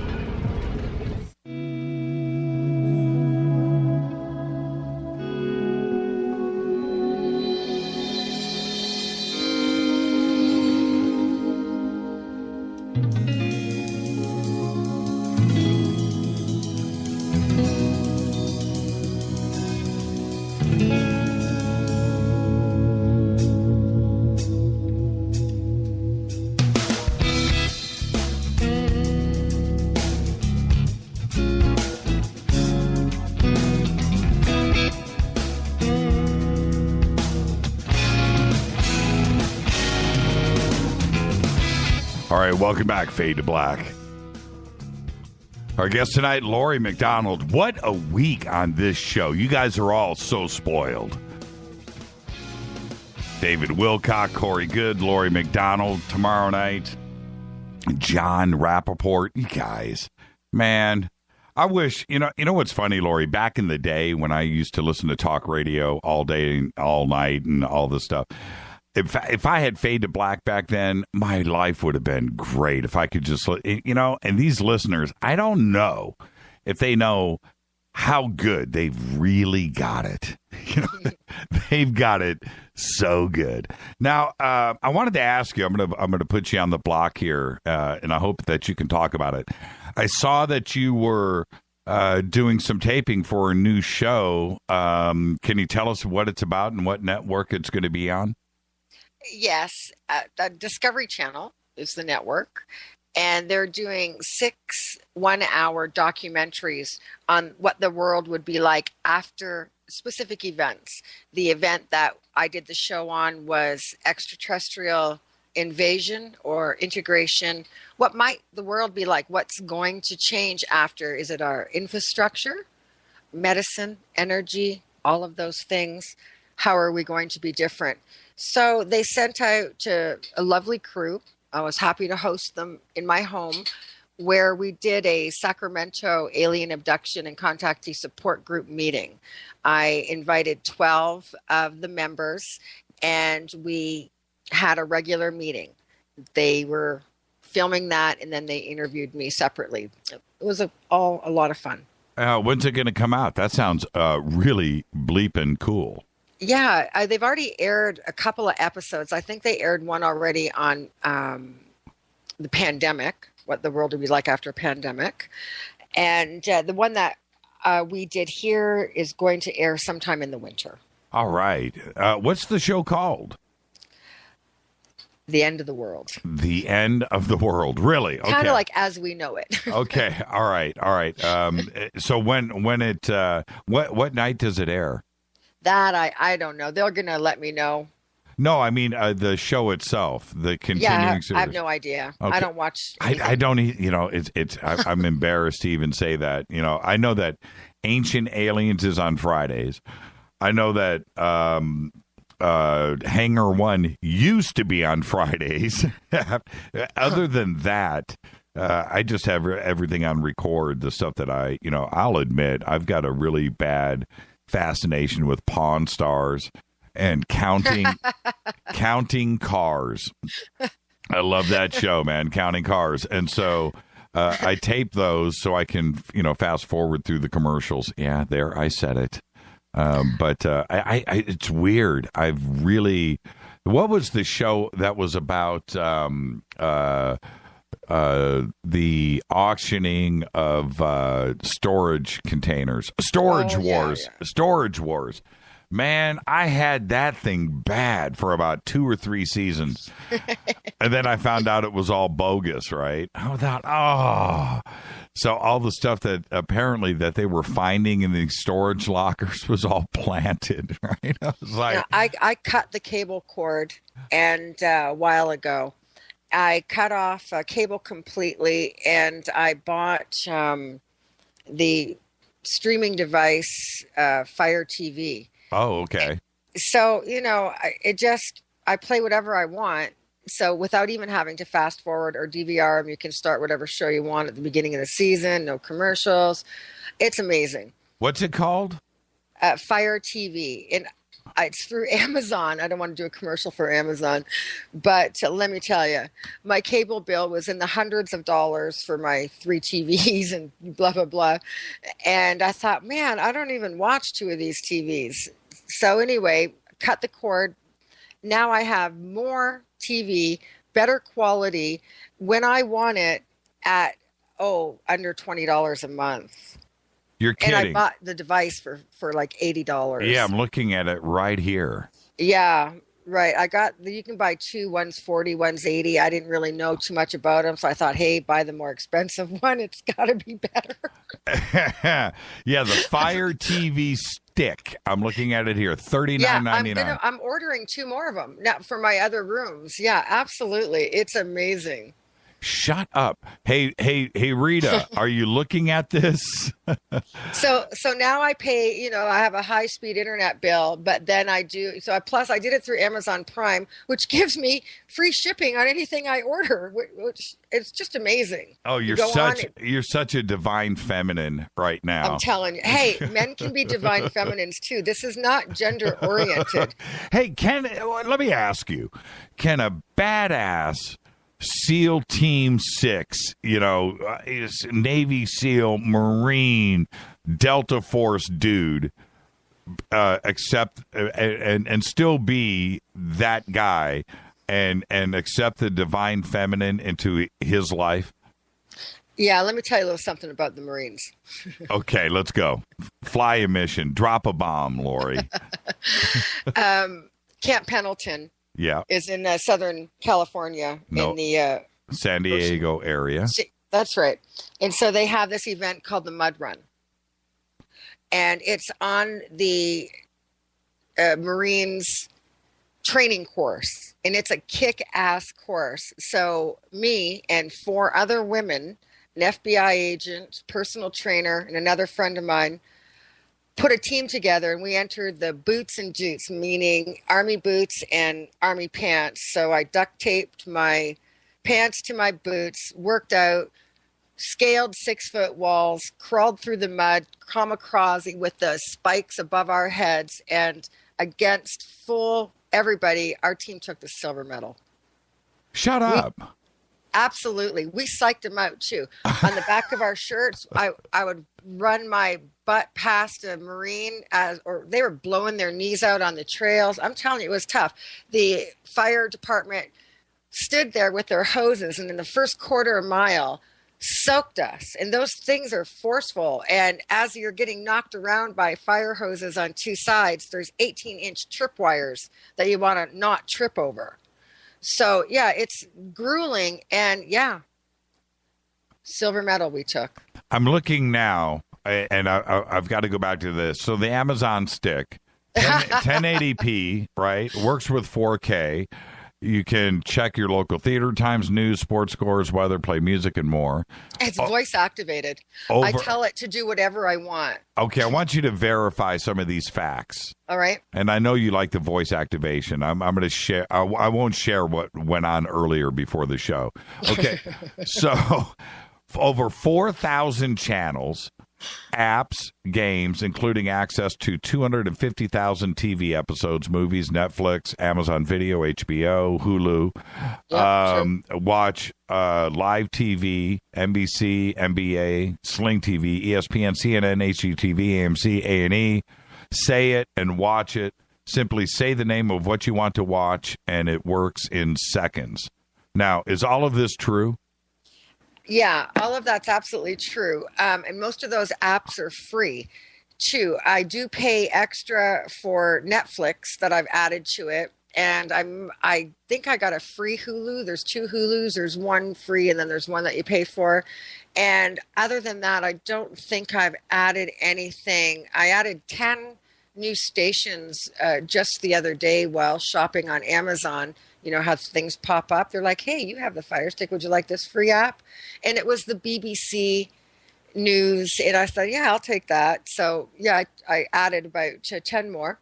It's amazing. So, you know, because it's an Amazon Prime thing, some of the things that other people would have to pay for, they're free to us, you know, plus that free shipping. Right. And so how does I need somebody to help me on this. Okay, I understand what this is in Roku and Chromecast and all of that. Yeah. But so if I want History Channel. Yeah, I've got History Channel. Do you pay for History Channel? No, that's free. I got 2 History Channels, and also I have my YouTube right there. So I don't have to go to my computer to watch all my videos. But okay. Oh, yeah, this is what I should tell you. What it does do, which I found out, which was kind of weird, I'm flipping through it, and it said, play videos. I'm like, I don't have any videos. And then they were my videos. They were the videos off my phone. Oh. I was like, whoa, how'd they do that? And I better erase that one. Whoa. Yeah, and I'm like, hey, there's my video of, so my grandchildren.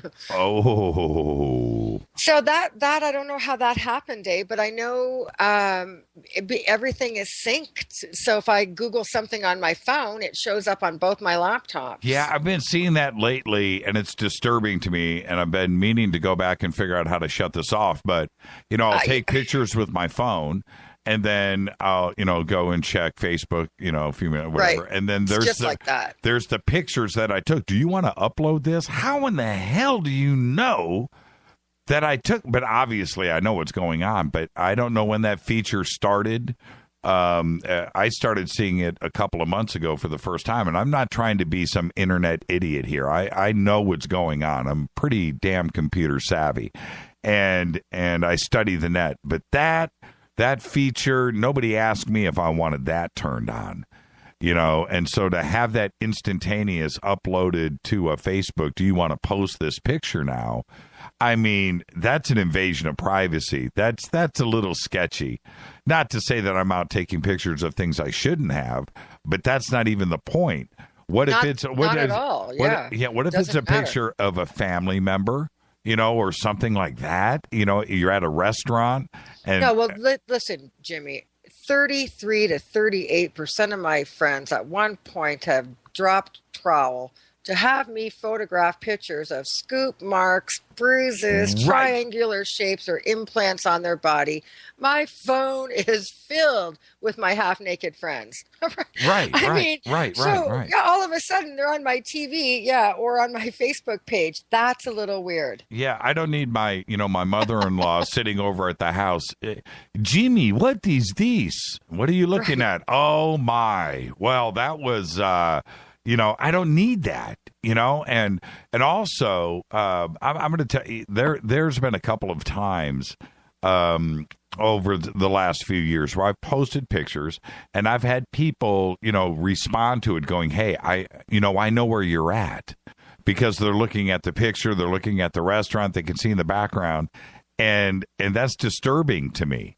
I don't need, like your guy, right? That was, putting ketchup on your car in Sacramento.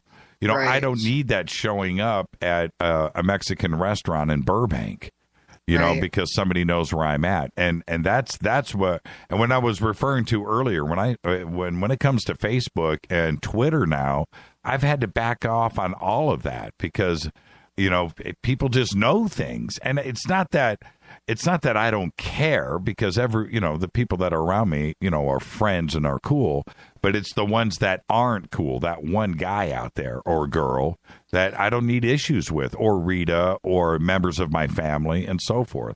This is how it's a bit strange. Yesterday afternoon, I was downtown and I was delayed for an appointment. The people were running late.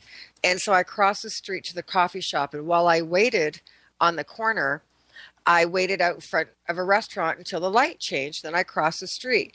And I hear my phone give me a notification, and I check it. And it says, I see you're at whatever bar and grill. Do you want to check in? And I was at the coffee house, but I had waited for the light to change. And it was a very long light, long enough, obviously, for my phone to register me at some bar, which I wasn't. It's just weird. It shouldn't be tracking me like that. Yeah, and there's a number out there, and the number is this. If you get a new cell phone, okay, just brand new, and you turn it on and you take it home, just the preloaded stuff that is there, unless you immediately jump on it and start shutting things up, but just turn it on. In one day, it will ping 1,500 times information about what you're using back to software. 1,500.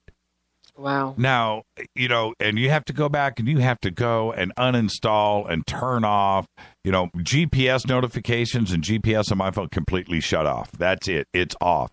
Going back to the Pokemon Go that we're talking about right now, right. And turning on your GPS and giving full access to your phone and microphones and everything else to make that thing run, you are wide open to the world, and that's no joke. That GPS stuff, and I'm not so sure that, and Lori, let's talk about this for a second. What is it about the ego where the ego takes control? I mean, the ego's always in control, but when the ego really takes control, that people out there really want the rest of the world to know their location, the restaurant that they're eating at. I just checked into Bob's Steakhouse. What is going on in our personal lives that we don't care if it's not personal anymore or private, that we want the world to know where we're eating, and what's going on with the ego that is something that we thought was never going to happen, right? 1984, George Orwell, Big Brother's watching.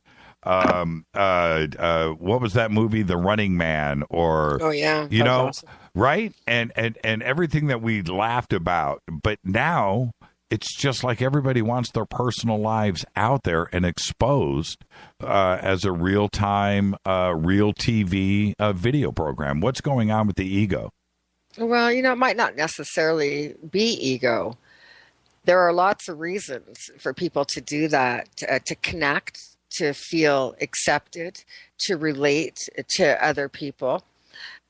So none of those really have too much to do with the ego. And then beyond that, see, opportunity, Jimmy, when our planet moves through the higher third dimension, we start to move into the fourth dimension and have more of the instant thought manifestation. All of our thoughts and our emotions will be easily read. So we have to be able to control and understand ourselves. Our thoughts have to be able to be controlled. So it's not always ego. This is giving us the opportunity to see how much we're willing to share, what we're comfortable with and what we're not comfortable with. If a couple checks in to a restaurant on a Sunday morning for breakfast or something, that's not the worst thing in the world. Now, if they're doing it, from the Ritz, and they're putting on the Ritz, then maybe there's a little bit of, hey, we're celebrating, and maybe it's just that, and still not necessarily ego. The ego has a place, and I think people really misunderstand ego. Ego can really serve us. It's not such a bad thing after all, In fact, it's the ego that can remind us of our worth, of our value. It's our other senses that need to balance that. The ego in itself is not bad. People get confused between being selfish and doing something for the self. They're two different energies. It's the same as the ego. It's not all bad. And we're confusing people out there when we tell them, come on, let's empower you. Let's build up your self-esteem. It's okay to be confident. Let your light shine. You get a person to do that. And then all of a sudden somebody said, man, look at their ego. Look at how big they are. Look at them, tooting their own horn. And so, well, didn't we just give them that opportunity to be themselves and to shine? Well, we have to be comfortable with allowing a person to shine, allowing a person to unfold, and maybe not policing their behavior so much to the judgment. Is that appropriate or inappropriate? It's really what's appropriate for them right now and what they're learning. Although we've been learning en masse, right now it's an individual journey. It's a journey of our soul, ourself, and in fact, it might be our biggest battle ever for the opportunity to do the right thing. And so we have to know our own truth. Yeah, exactly right. And I'll tell you why it's fascinating for me. And I think it's a real social type of report to look at, which is you drive through, pick a city, doesn't matter. Let's pick Kansas City. Right. And you go pick the biggest suburb there, full of 10,000 identical houses. Right. And you drive through and no neighbors there know anything about the neighbors across the street or next door. They never come out of the house. They don't say hi in the morning. There's the mysterious guy down the street that only gets out, leaves in the morning, goes to work, comes home at night. You never see him come out of his house. And it's indicative of everything that goes across the country, right? But individually, all of those homes, all of those people that are living there now are posting videos. They're on Facebook. They're posting, and the private lives that you don't see what's going on behind the door are suddenly the freedom of connecting out there happens through social media and Facebook and Twitter. Their personal lives are completely exposed online. And it's not just connecting, Jimmy, it's creating. We can create an illusion of the life that we would like to have. Right. And yet you won't necessarily talk to your neighbor across the street, and they don't know what's going on behind your door, but you will post it online. Right. Right? And isn't that fascinating? Because... yeah, it's bizarre. It's a bizarre thing that people are doing. But as we move into self-acceptance, and when you are accepting yourself, you're really stop judging other people, because When you have total self-acceptance, you're seeing all the good, the bad, the ugly, and you're going, wow, this is a planet of duality, and 'tis true. We encompass everything, both the good, the bad, the light, the dark, the masculine, and the feminine. We have all of those things on this planet. So people now are just beginning to practice putting themselves out there. They're just practicing connecting on a larger scale. I think we're evolving into a different type of society, and we have to be really careful now that the energy isn't directed into, say, the Pokemon thought process, right, where we're singularly focused and can, to the risk of our own health, and continue to play a game when it's really not important. We have to really focus on changing those energies, moving it inside of ourselves into that whole self-discovery, because when we're not judging other people with ego or anything else, there is this level of peace. There's nothing to, if you're not judging somebody, nobody's feeling inferior or superior. If you're not judging somebody and you're just allowing them to explore their own culture, or that's just the way they are, well, they'll learn, who am I to correct them, let them unfold, sort of thing, or let them shine their light, whatever it is. When we can allow people to just be who they are and feel comfortable in their own skin, maybe they'll come outside. But we're always pointing fingers at, look at them, and measuring up. Oh, should I be here at this age? Should I have, a higher education, so a bigger house, a fancier car, and this makes me successful? Once again, each and every one of those things are external. They're outside of ourselves. So just like posting a video, it's an external thing. It's a test, let the person begin to know themselves, and then they'll really emerge. And through emergence, there'll be actual, physical, real contact. But I'll tell you what, there's not a neighbor in my neighborhood that doesn't recognize me, because one, I have like the coolest bicycle ever, and Bell. Right. Which I ring freely. And I walk my dog, and I sing freely and say hi to everyone. If somebody's not smiling, I surely will give them mine. It's just my nature to be happy, because it's my choice in the moment. Yeah, all this negativity is going on, and I am more than aware of it, but that doesn't stop me from actually living the life that I'm supposed to live. See, Jimmy, all kinds of things happen to people that make them act in certain ways, whether they're afflicted with a disease, or whether they had tax issues, or they claimed bankruptcy, or they got a low credit rating, or maybe they lost their job, maybe they got a divorce.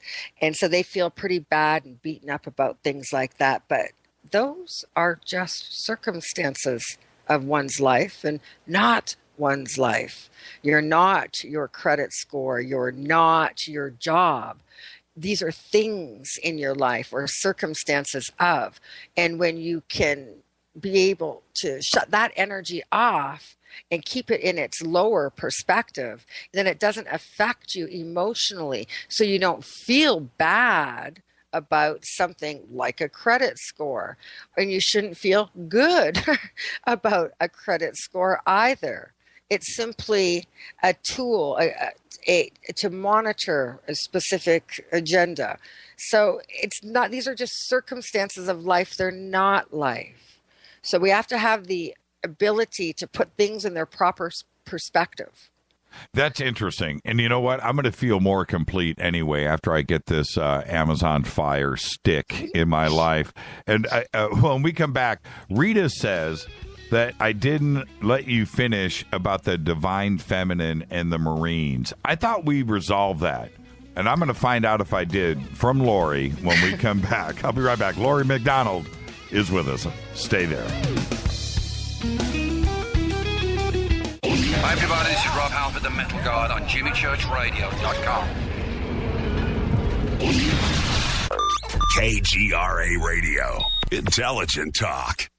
So, you love talk radio? Then you'll love TalkStreamLive.com. TalkStream Live is always on, 24/7 with the best streaming talk shows. Find your favorite talkers and discover some new ones. It's free, readily available online or on the smartphone or tablet. Finding your favorite talk shows all in one place has gotten a whole lot easier. Just go to TalkStreamLive.com. Be sure to download the free apps from Google Play or the iTunes App Store.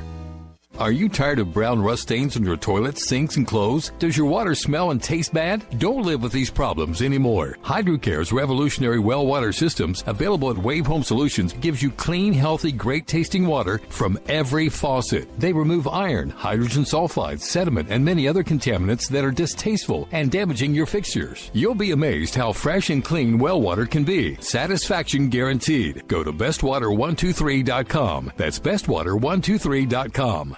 So, you love talk radio? Then you'll love TalkStreamLive.com. TalkStream Live is always on, 24/7 with the best streaming talk shows. Find your favorite talkers and discover some new ones. It's free, readily available online or on the smartphone or tablet. Finding your favorite talk shows all in one place has gotten a whole lot easier. Just go to TalkStreamLive.com. Be sure to download the free apps from Google Play or the iTunes App Store.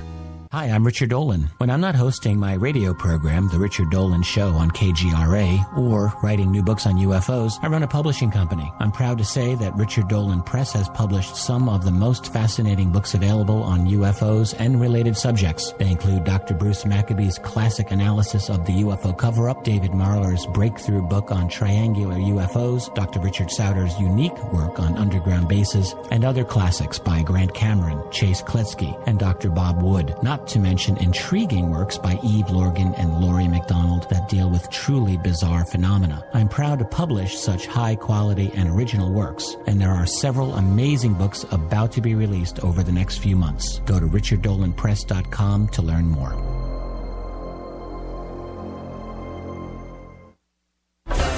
Did you know that when you're on the road with limited data or Wi-Fi available, you can still listen to every minute of Fade to Black by just calling 605-562-4482. No smartphone, app, or internet needed. It saves your data plan and no extra cost if you have unlimited minutes. Just call 605-562-4482. You can listen to me, Jimmy Church, on any phone, anytime, anywhere. Go Beckley Tappy.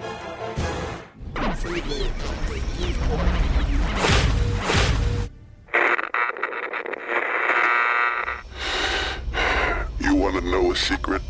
I love ponies. I really love ponies. I'm serious. I couldn't stay sane without ponies to brush. Why Fade to Black? Because you never got that pony, damn it.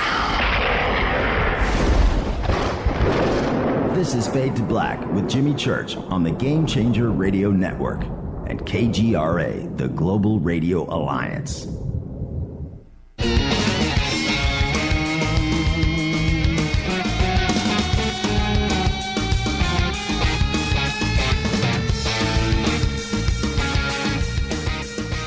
Welcome back to Fade to Black. I'm tweeting out a picture of Lori right now. I'm going to do this in real time. She's going, oh no, what? But it's a picture of Lori at Contact in the Desert when she was on Fade to Black. But it's a really, really cool picture. So I just tweeted it out right there. And Lori, do you know the picture I'm talking about? I don't think so. Okay. Well, there it is. But it's great. And you're next to Paul Andrews. And I didn't see those yet. Yeah. You guys all look good and healthy, and then you see me down at the end, pale, overweight, greasy hair, dark circles, and you guys just look like just healthy and cool. Oh, I don't know how that. I was melting and hot the whole time. Oh man, that was still the best CITD yet, and they've just gotten better every year. But this last one, that was one for the ages, man. It was fantastic. It was such a good time. But Jimmy, about those UFO sightings, yes, I would just like to add one thing. Yes, it is best for all of us experiencers to keep an open mind, even when we see with our own eyes, because an event like Contact in the Desert is a perfect opportunity for them to create a holographic image to gauge our response, to see how many people will see it and what they might say about it. And it would be a great opportunity, too, to see how the stories would differ, what the commonalities were, and how the people relayed them. It's an awesome opportunity to experiment once again. So we always have to, because we know nothing for sure with this phenomena. That's right.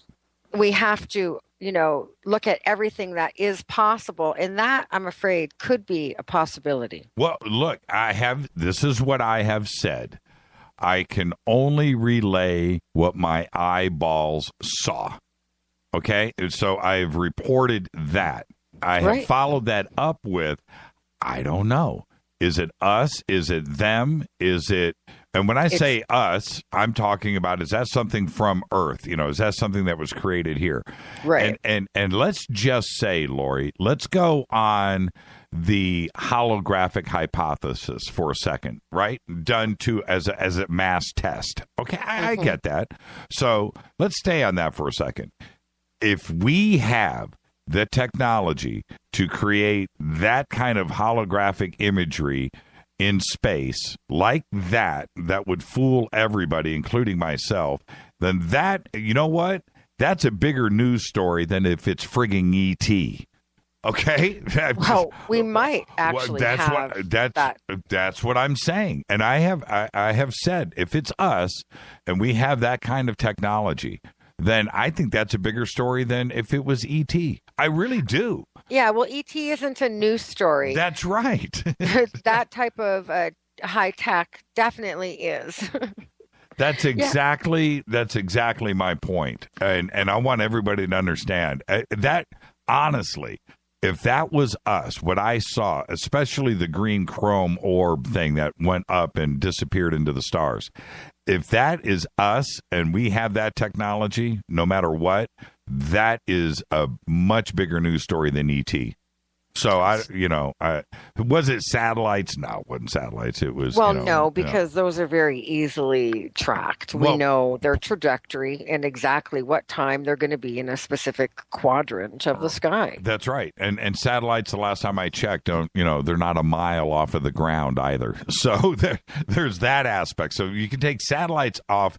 I mean, that's just a ridiculous thing. And anybody that wants to come at me, and a lot of big names out there have responded back to me directly and said, dude, it's satellites. And I've gone straight back. No, there's no way it was satellites because it was the wrong time of night. And it's the last time I checked, Lori, satellites don't play bumper pool. Right. So I flashed a laser and we got flashed back. They don't do that either. Oh, I forgot about that. You and I were right there. We did that together. That's right. That's right. At the Fader Knot house. I forgot about that. Yeah, right. Absolutely. Yeah, that was another UFO sighting there. Yes, we had a few that night. That was a crazy night. And you know what was really great, because you were there, was, and Mark and Holly, was really cool, was to get Dolan and Barra on the night vision and to get those guys tripping out, because those are the two biggest skeptics out there.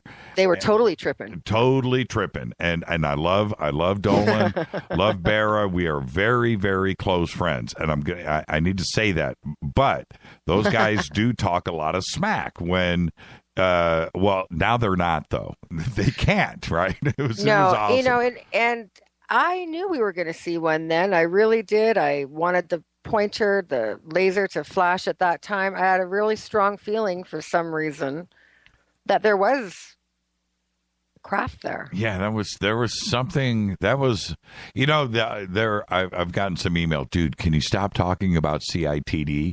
And when I get emails like that, I don't respond back, but I mentally project out there, dude, you were not there.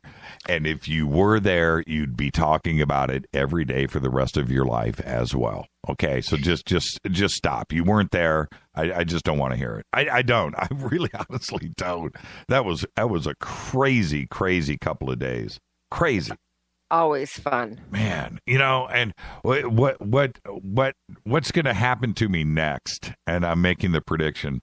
I'm going to be out somewhere. Rita and I are going to go to England, in a few months, and we're going to go over, after the first, about 6 months, we're going to go over to England, and I know I'm going to be standing out there, and I'm going to watch some crop circle appear in front of me, and then now I'm going to have to deal with that. I'm going to have to, And that's excellent, because each time there's two things, there's learning about something, there's witnessing it and believing. And these are all, different aspects of acceptance, so your reality will be continuously challenged. And now that you're open to that, you're right to expect more phenomena. That's how it happens. Once you're open, you begin to understand, you will see more. Keep looking. Yeah, and this is what's weird. We all have backyards, right? Well, if you live in an apartment, you have a roof. Okay, let's just go with that. We all have, where we live, we have access to the night sky, is what I'm saying. And I have gone out in my backyard and looked to the stars every night, right, since CITD. And I did it before, but now I really do. And it hasn't happened. Not like what went on out at CITD. So you bring a laser with you? Well, but man, you'd get arrested in LA if you started doing that. They would 0 point you in no time. But what I'm getting at is, I know that it's going on up there, but I know that it's going on. There's no difference in the night sky here in Los Angeles than the night sky in Joshua Tree. It's the same frigging sky. Okay? Oh, it certainly is. And I've been a sky watcher my entire life. It wasn't unusual for somebody to find me in the backyard at all hours of the night, completely calm, watching the night sky. I created a grid on my bedroom window with a handful of tacks and string. Right. I charted a planet as it would move through the summer constellations. I was only like 9 and 10 when I started to do that, because now I was really understanding the larger movement of things and really feeling it.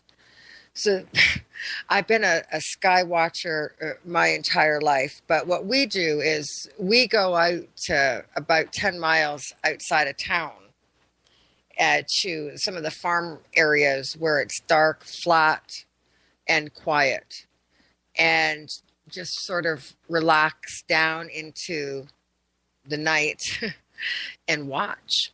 Sometimes film. I still film, but I see stuff a lot. But I did see something one time that was beyond anything.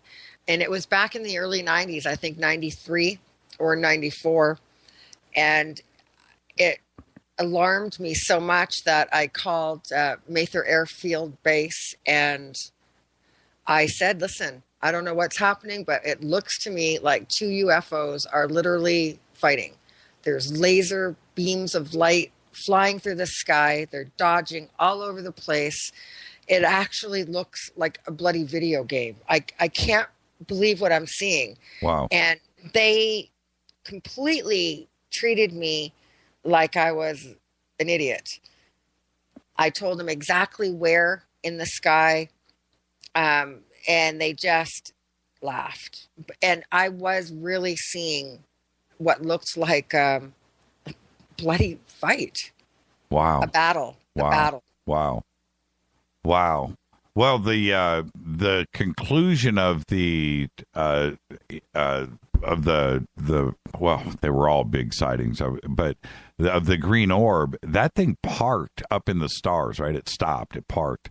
Mm-hmm. And, looking back, I don't know, maybe 30 seconds, it slowed down and then it stopped.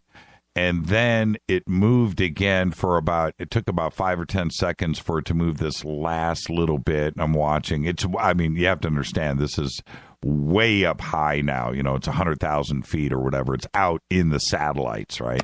That's where it's sitting. And then, of all things, like you're saying, it just made a 90. It stopped and then just turned left and shot out. It was moving slow before that, but when it turned left, it went pew. And I was like, what is, oh, man. And it was such a weird cap on everything that I had seen up to that point, because I was totally mesmerized. I was totally freaking out. But then when it made that left-hand turn and just, that I didn't expect. And I saw it. And when I hear different accounts like this, which I've heard hundreds of them from people, and then when and you don't understand what they're trying to say, like you're describing here, right? This laser beam battle going on.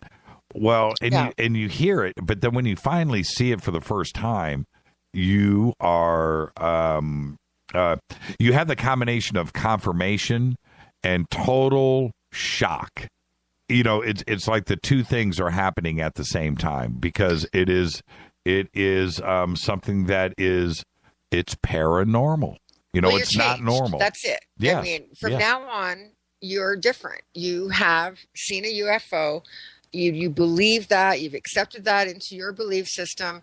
You know that now you've seen a UFO. Well, I would imagine that it'll escalate. Well, but Lori, I've seen them before. I have a beautiful photograph of a black triangle. Beautiful photograph. Saw it. I think those are ours. Well, but nonetheless, and Steve Murillo and the rest of the Fadernauts 3 years ago at Contact in the Desert, we had a cabin 20 miles away out in 29 Palms, right?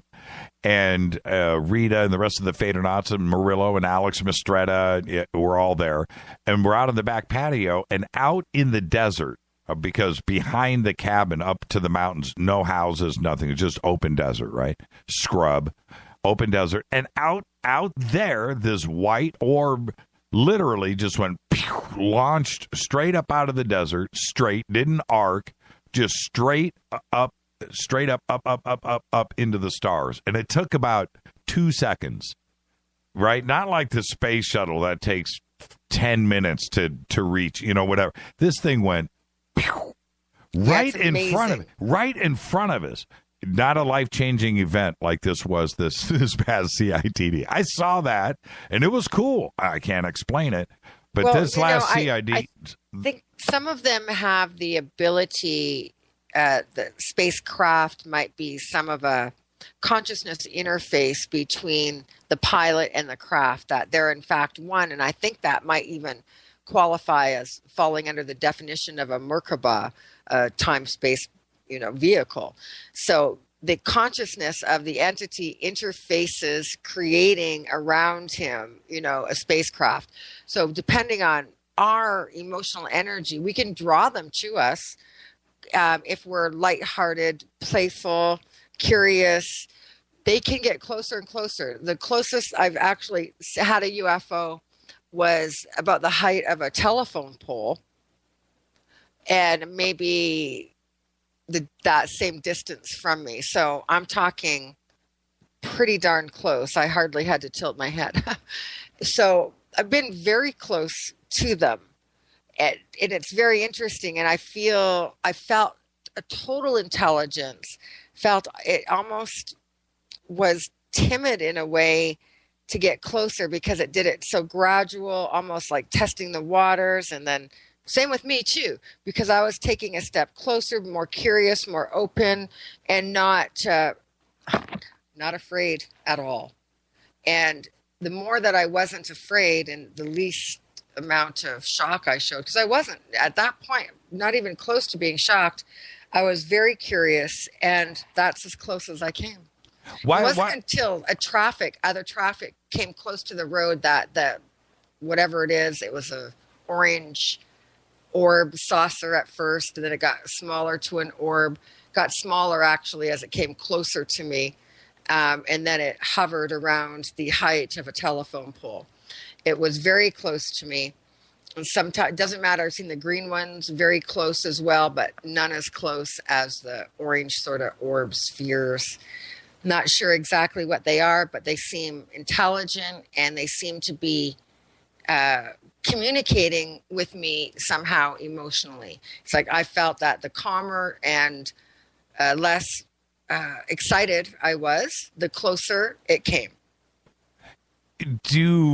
Why do you think you're a magnet? What's going on there? Because you did. I remember, we're all hanging out, and you go, check this out. I'll make it happen right now. And you did. And I was like, wait a minute here. What do you think is going on? Well, I feel that the whole phenomena really is more of a human experience as opposed to an extraterrestrial experience. And I feel quite human. And I think that I don't agree that there is a intergalactic portal next to the sun. I think that, in fact, it's the sun itself is the portal, not beside it. And there's been images of craft coming right in and out of the sun. Right. The sun is not hot like we think. It's, in fact, the complete opposite. So I believe the portal is there. And I think that the human genome carries at least 22.2 subspecies of extraterrestrial DNA. And that maybe the human body, we're just this close proximity planet to this sun portal, and they can come down and scoop out a little DNA of whatever they might require on the other side. And they've been genetically harvesting for quite some time, interacting on different levels with different beings. There's so many of them that and they're all coming here. So it might not just be the human existence of our DNA, but just our proximity. What are you doing right now? Are you mixing margaritas? No. What are you doing right now? What were you doing? I wasn't doing anything. See, now I never you're even behaving. moved. Now you're behaving. You were just doing something, and we all listened. I swear, Jimmy, I wasn't. You're so busted. No, so busted. Okay, I want everybody in Twitter right now. I want everybody to take a guess what Lori was just doing for the last 7 minutes, because we all listened to it. Okay, so we'll find out the poll now, Lori. In fact, I want Holly to give the first guess. Holly, what was Lori doing for the last 7 minutes? I really wasn't moving at all. Okay, yeah, right. Okay, well, let's let the audience decide. Let's let the audience decide. Lori's like, what are you talking? Maybe it's the aliens. I can't wait. I'm causing trouble. Now, I want to go back. I have to do this. Rita says that I didn't let you finish the Divine Feminine and Marine story. And, all right. Okay. I was going to say that those Marines are really tough guys. They have tough bodies and tough minds, and they have a great ability to focus, and I have a lot of respect for them. But they have to be divine feminine. Divine feminine energy is a balance of the yin and yang energy. And in order for them to have that type of focus and drive and thought, it's being driven by the feminine aspect of it. So divine feminine energy isn't a gender. Just because femininity is more receptive, that's just how science has set it up. Women are more receptive to that energy, but men need to carry it to be greatly successful, as we need to have the right balance of masculine energy. Okay. So right. These men inside love like the rest of us. Okay, fair enough. But let's get to the poll here. Okay, Jake says you're rolling a spliff. Brian says you were catching a Pokemon. Allison says she was letting the fogs sag off her chin because she's been talking for 2 hours. No, she has a microphone, but that's a good one. Let's see. Tanette says you were going pee. Barrett says you were having a drink. Stargazer says you were opening a can. John says putting her stash away. Ryan says her microphone was changing positions in her chair. You know what? I think the microphone was moving on my head all by itself. Well, Gabriel says you were rolling one for sure. Brandon says you were mixing drinks for sure. So there you go. I think... My nails are far too long to roll. Come on. You know, one of the coolest things is to watch a woman with long fingernails roll a joint, because it's an art. It's an art. But you can use the long fingernails to tap the pot back down a little bit, right? That's a tool. Right? Oh. Yeah, that's a tool. But to watch a woman with long fingernails roll a joint's pretty cool. I would imagine it would be difficult. Yeah, well, that just means they practice. And then Karen just said, can a girl adjust her chair, church? That's funny, Karen. You got to love the Fate or Not audience. You just got to. You know what? We didn't take calls. I want to do this. Everybody, I'm going to make Lori stay up. I forgot to take calls. I'm going to open up the phone lines, but that's what happens when you have a good conversation with a friend. And we'll open up the phone lines right after the break, and we'll take some calls. Because I think it is important for everybody out there, not only to listen to you, Lori, and to figure out how to center yourself, how to get grounded. But that's one thing. And then let's have, everybody call in and maybe ask more of a personal question about what's going on with them and what they can do and what you would do, and if you have any advice. So we'll do that right after the break. All right? Are you cool with that? I'm totally cool with that. See, what is she doing right now? She's mixing a drink. Okay. I was starting to get up. You got me there. And Rita just said, where is the women's retreat? Oh, you want to give that to me before we head to the break? Oh, absolutely. You know what? It's on 70 acres in Mariposa County up near Yosemite at the Shooting Star Sanctuary. We've got the whole sanctuary booked out, plus the farmhouse. There's a medicine wheel, a labyrinth. Holly's going to take them through for a shamanic journey. Check us out at femininegoddessretreats.com. We have 4 spaces left in under 2 weeks. Only 4? Yeah. Oh, wow. Wow. And how many total? And no men, by the way. How many total are you going to have up there? Well, we're trying to keep it at 16. 16. So you've got 12. You need 4 more. There you go. I keep losing your volume. So whatever you're doing in the background, somebody just posted a picture of a woman with long fingernails rolling a joint. What has gone on to this family show that we used to have? This is Fade to Black. I'm your host, Jimmy Church. Lori McDonald taking your calls next. 323-825-5045. 323-825-5045. The darkness that is around us. We'll be right back.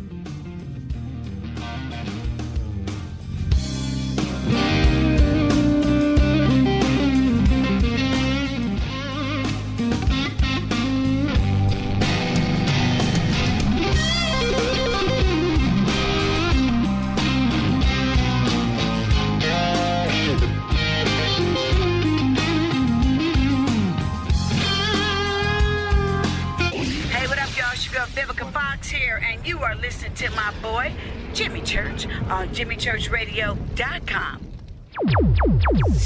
Despite popular opinion, reading a book will not make you smarter. But listening to Jimmy Church will. Does your basement or crawl space have a damp, musty smell? Well, watch out. That's a sign of too much moisture and not enough ventilation. And that can mean increased mold growth and the buildup of harmful toxins and gases. Don't bother with a dehumidifier. It just circulates the same unhealthy air. Now there's a better way to remove these dangers and odors. It's with the computerized Wave Moisture Control Unit that reduces moisture and expels pollutants. We replaced our old dehumidifier with the Wave unit, and in only 3 weeks, our basement is dry and the musty smell smell is gone. Wave units require no maintenance, no buckets of water or filters, and costs only pennies a day to run. Breathe better, live healthier with an affordable, no-maintenance Wave unit. Call 888-618-WAVE, 888-618-WAVE, or visit mydryhome.com. mydryhome.com. Ride the wave. Wave Home Solutions for a healthy, comfortable home. What's up, Fadernauts? Studio Dome loves Fade to Black and the F2B audience so much that they have put together the ultimate stereo Bluetooth system. They've done it just for you. Man, check this out. The Studio Dome SBB2 stereo system is here. It's featuring 2 Studio Boombox 2 SBB2 wireless Bluetooth speakers, packed in its own custom hardshell case. This Studio Dome system features the very latest in stereo Bluetooth technology. The 2 full-range boomboxes are in true wireless stereo. You've got to hear this. It's amazing. It's just $129 and use the promo code JCRTWS and you'll also get free shipping. It's simple. Just go to jimmychurchradio.com, click on the Studio Dome banner. Go Beckley Teppy. Erica, Brittany, Gabby, and you're listening to JimmyChurchRadio.com. It's not a lifestyle we chose. We were born this way. KGRARadio.com.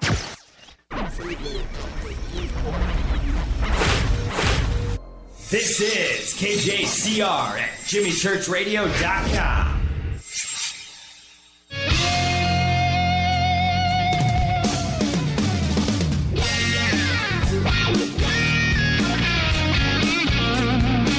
All right, welcome back. Fade to Black.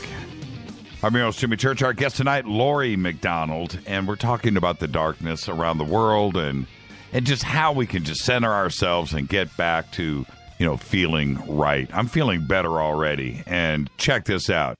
I'd like to welcome back the Reverend John Polk. Lori, say hi to John Polk. Hey, John.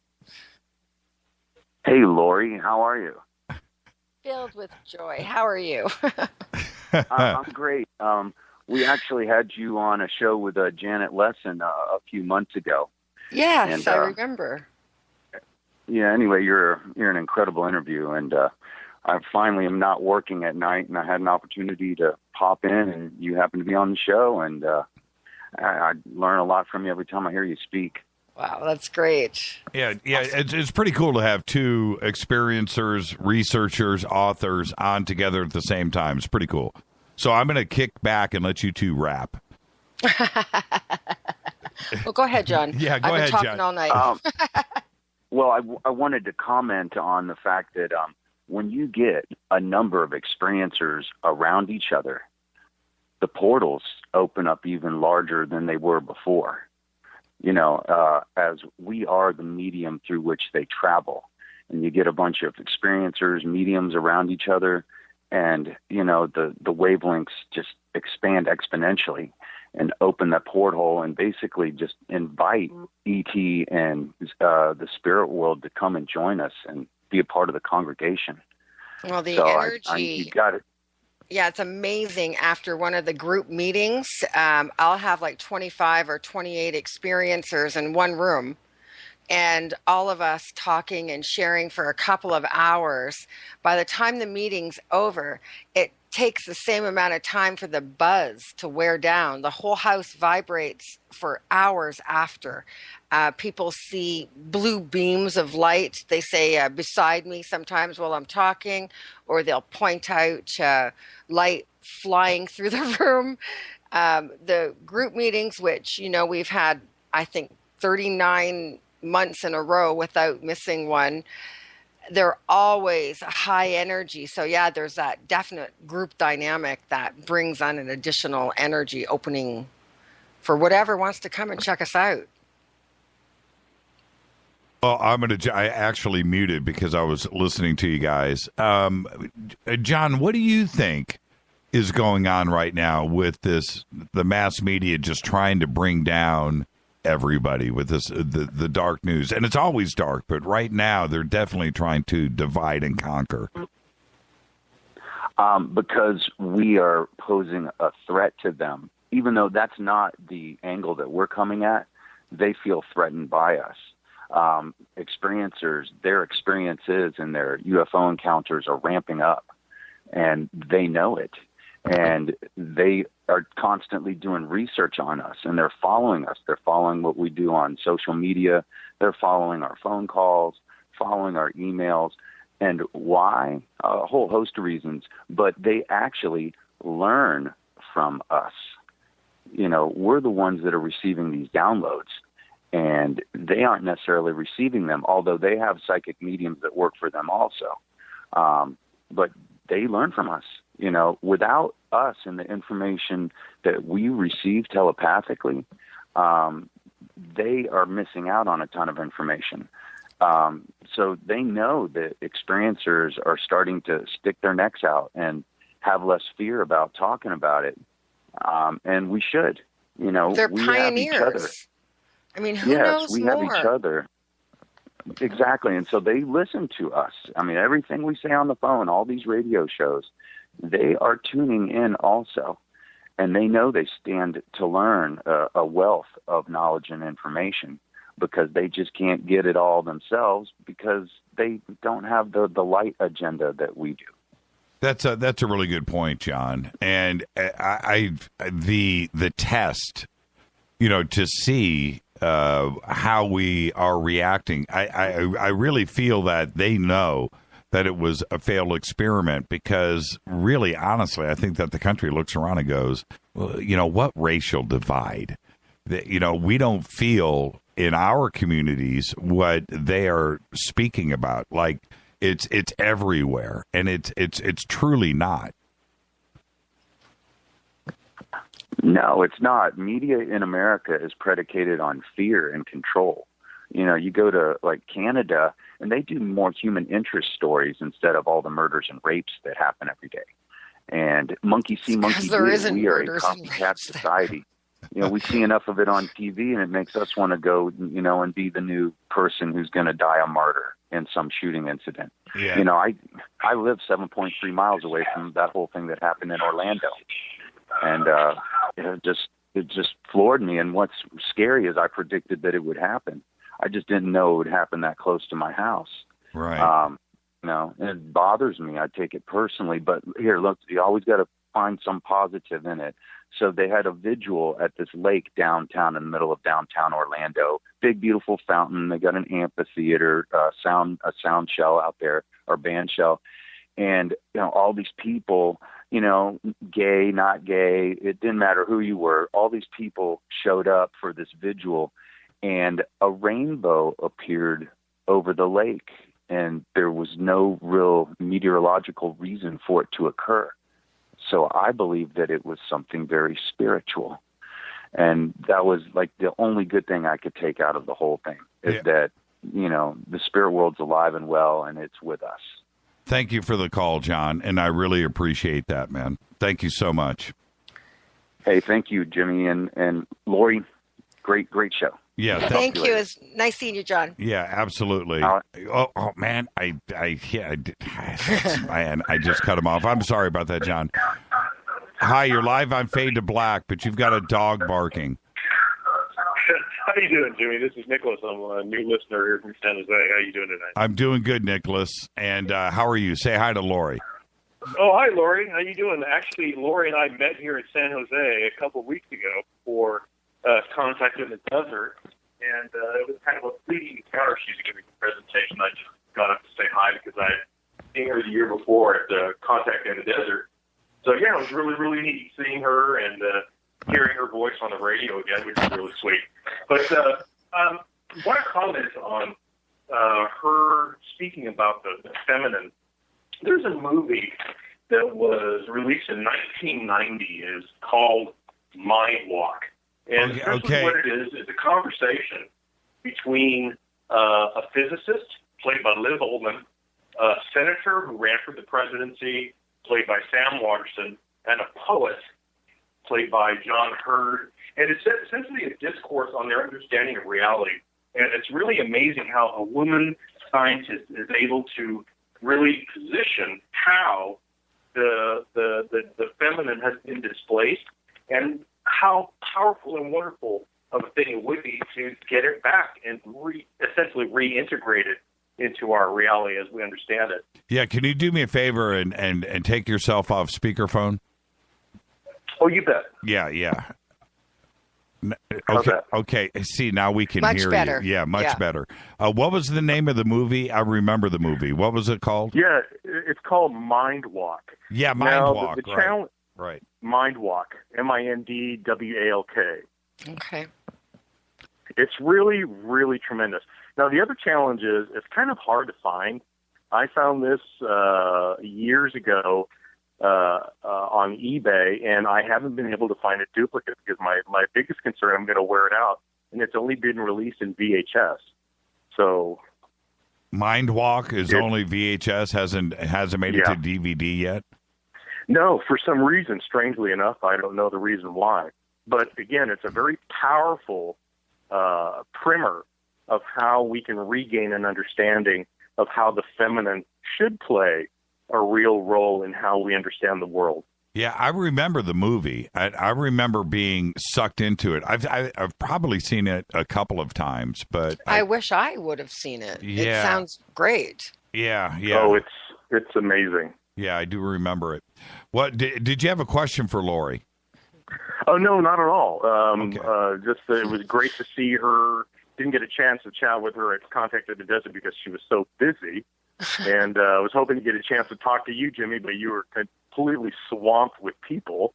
So hopefully next year I'll be able to at least come up and chat with you and maybe even hang out with you guys. Yeah, absolutely. I was swamped with the people that couldn't get to Lori. See, that's what was going on. Wow.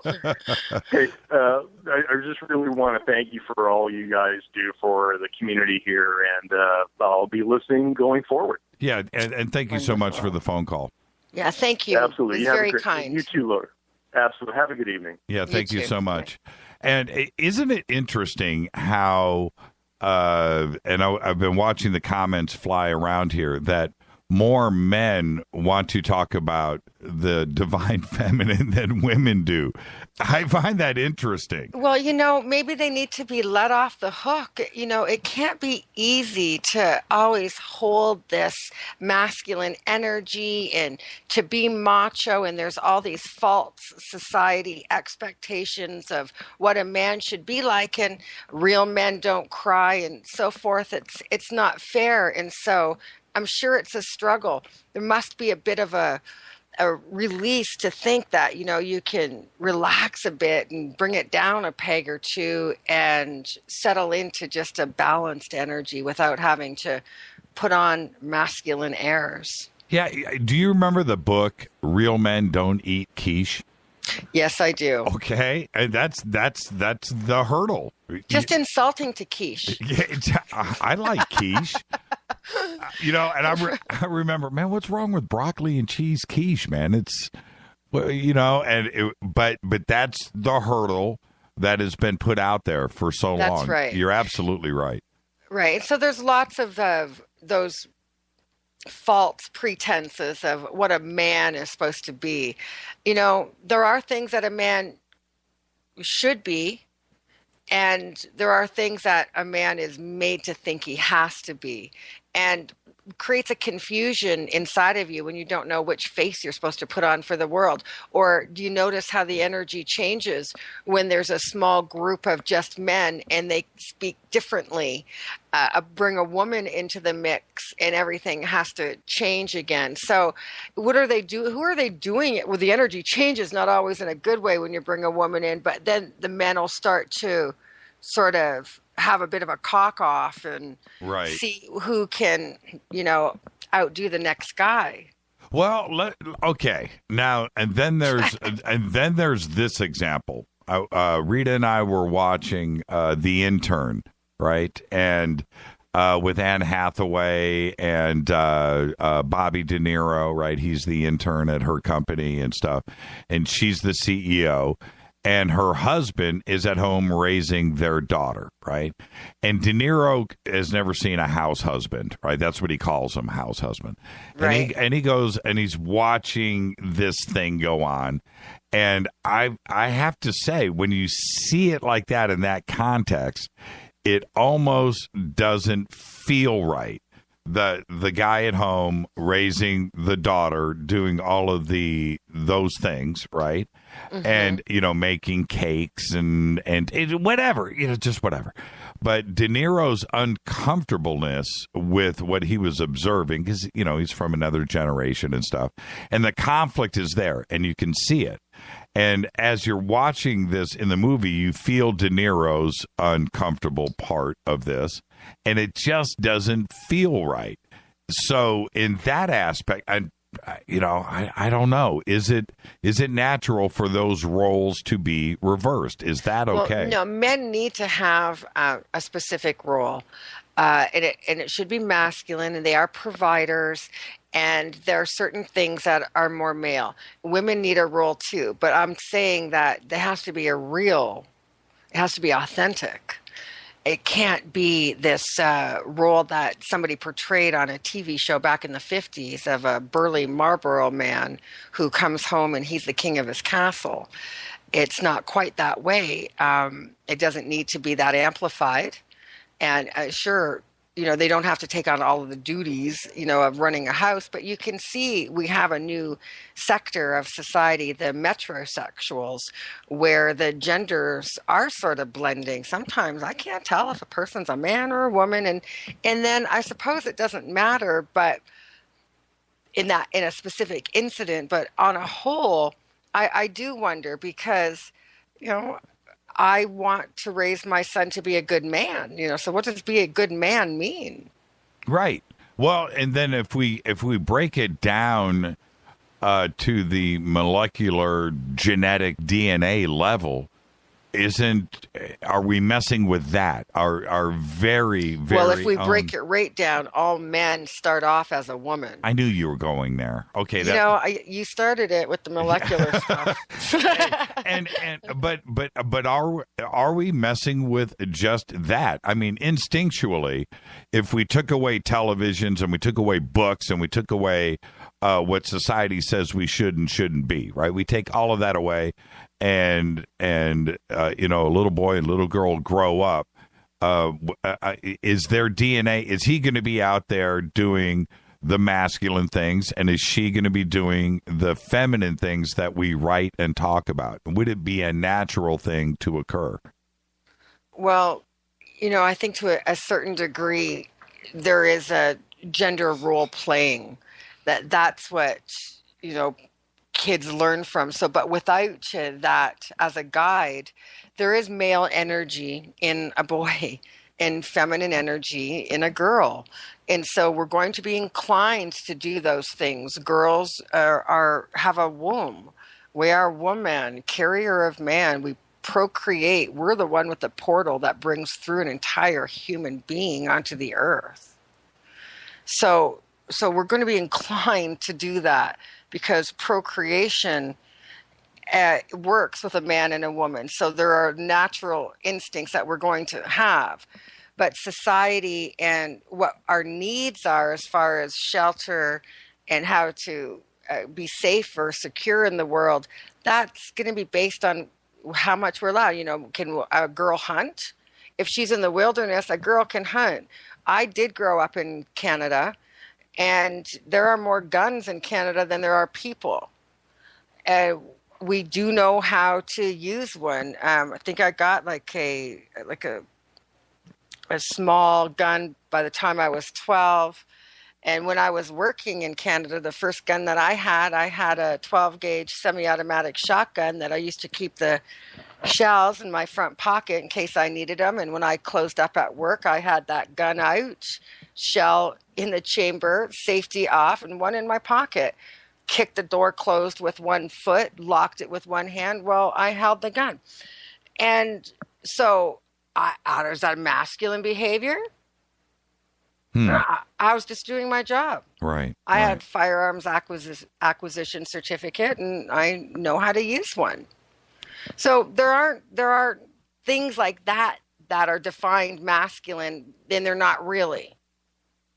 A weapon is a weapon. Right. Well, gender neutral. Before I let you go, and you ran all the way to the end of the show tonight, and thank you so much for that. But before I let you go, if you could leave our audience with one tip to help relieve the stress in the world, and aside from stop watching CNN, what advice could you leave the audience with? Just practice meditation, moving into yourself and sort of releasing some of that and seeing how you really feel. Check in with yourself and just know that every single day is a new day, and we get to choose how we're going to behave and what we're going to react to. Don't watch TV, observe TV. Look at what they're trying to show you and choose if it's worthy of your emotion, because emotion is energy. But we are great beings capable of much more than we realize, and we're just striving now for emotional control. Practice meditation. And one more time, the retreat, when and where, and how can people find out about it?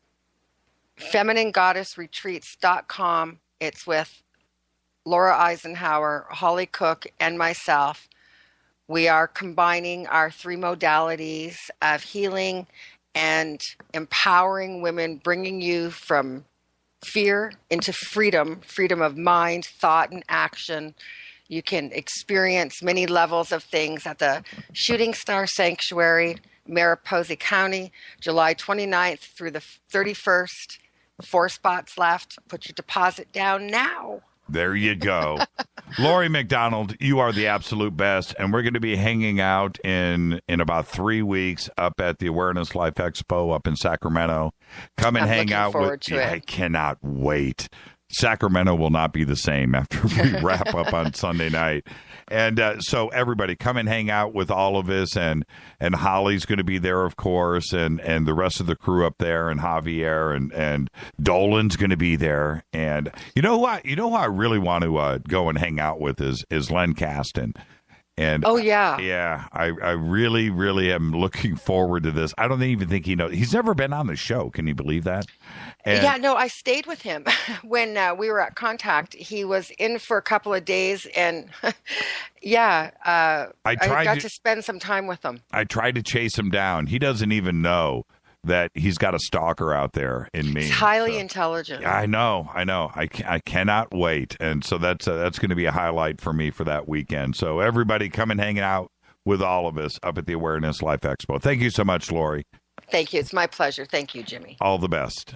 Lori MacDonald. And now all of her information is over at jimmychurchradio.com, and True You Hypnotherapy, and of course the retreat and everything is over at Jimmy Church Radio. Go click, check it out, and she will be up and hanging out with us today's the 13th. We're going to be up there at the 12th, so less than 4 weeks away.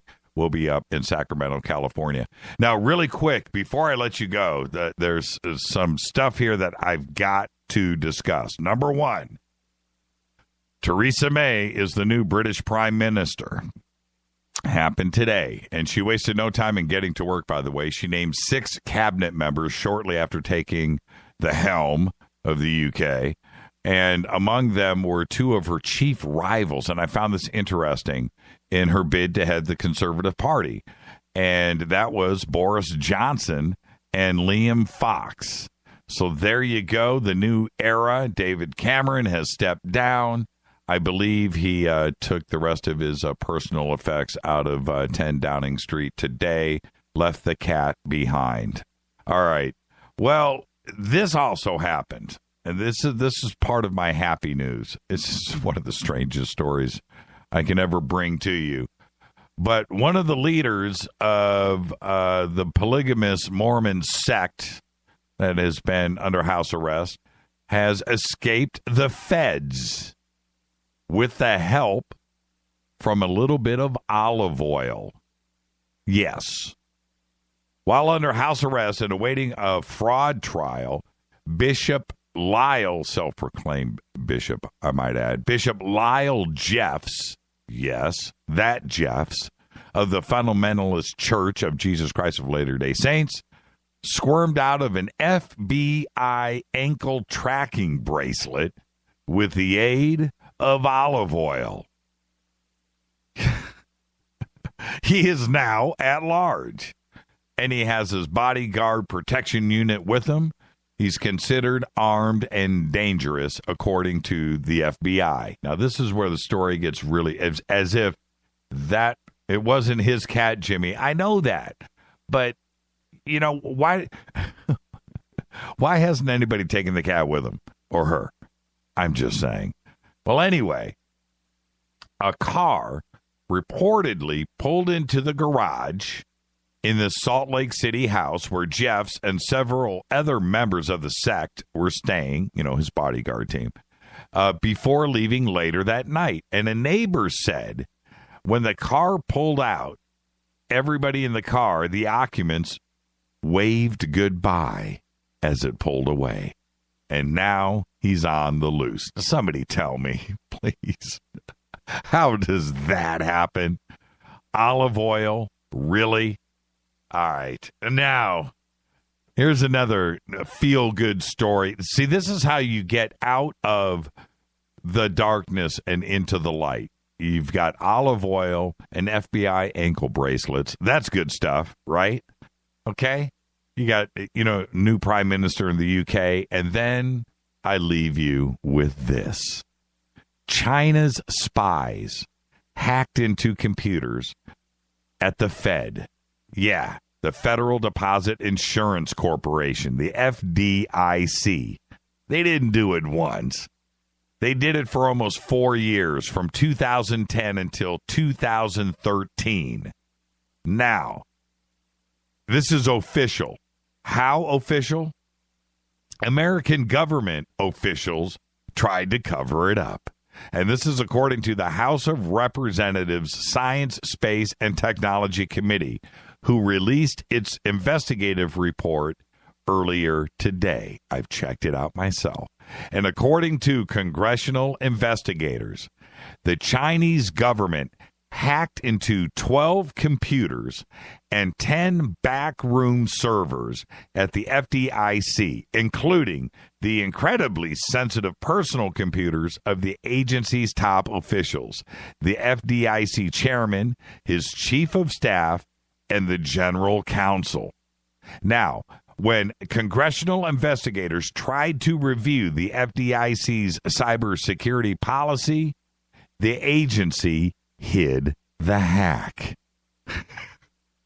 And that is my feel-good story of the day. 3 years, almost 4.